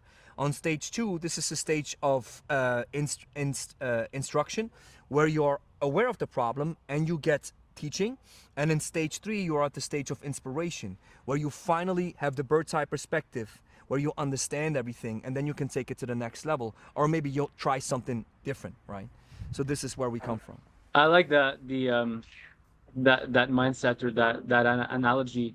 It's like we say you learn the rules, you follow the rules. Third step, you break the rules. Yeah, exactly. Or you master the rules. It's the same. You learn the rules, you practice the rules, you master the rules. Then later you break the rules. Exactly. And it's interesting that most people want to jump from stage 1 to stage 3, which doesn't happen. And and what I love about the stage 1, how he describes it, is that he says, you are unscientific, but you are yourself. This is good.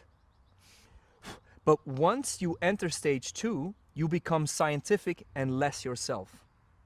So you have to be willing to shed that stuff where you say, it doesn't feel natural to me, right? You've heard this, right? The swing feels so awkward, feels so strange, feels so right? Yeah, that's normal because you're not used to it. But once you get used to it, you then enter stage 3, and then you mix and match science and yourself in one movement. I love this. This is so powerful from Bruce Lee. And if you're over 40 and you want to become strong, fit, and lean without going to the gym, download my free ebook in the first link in the description.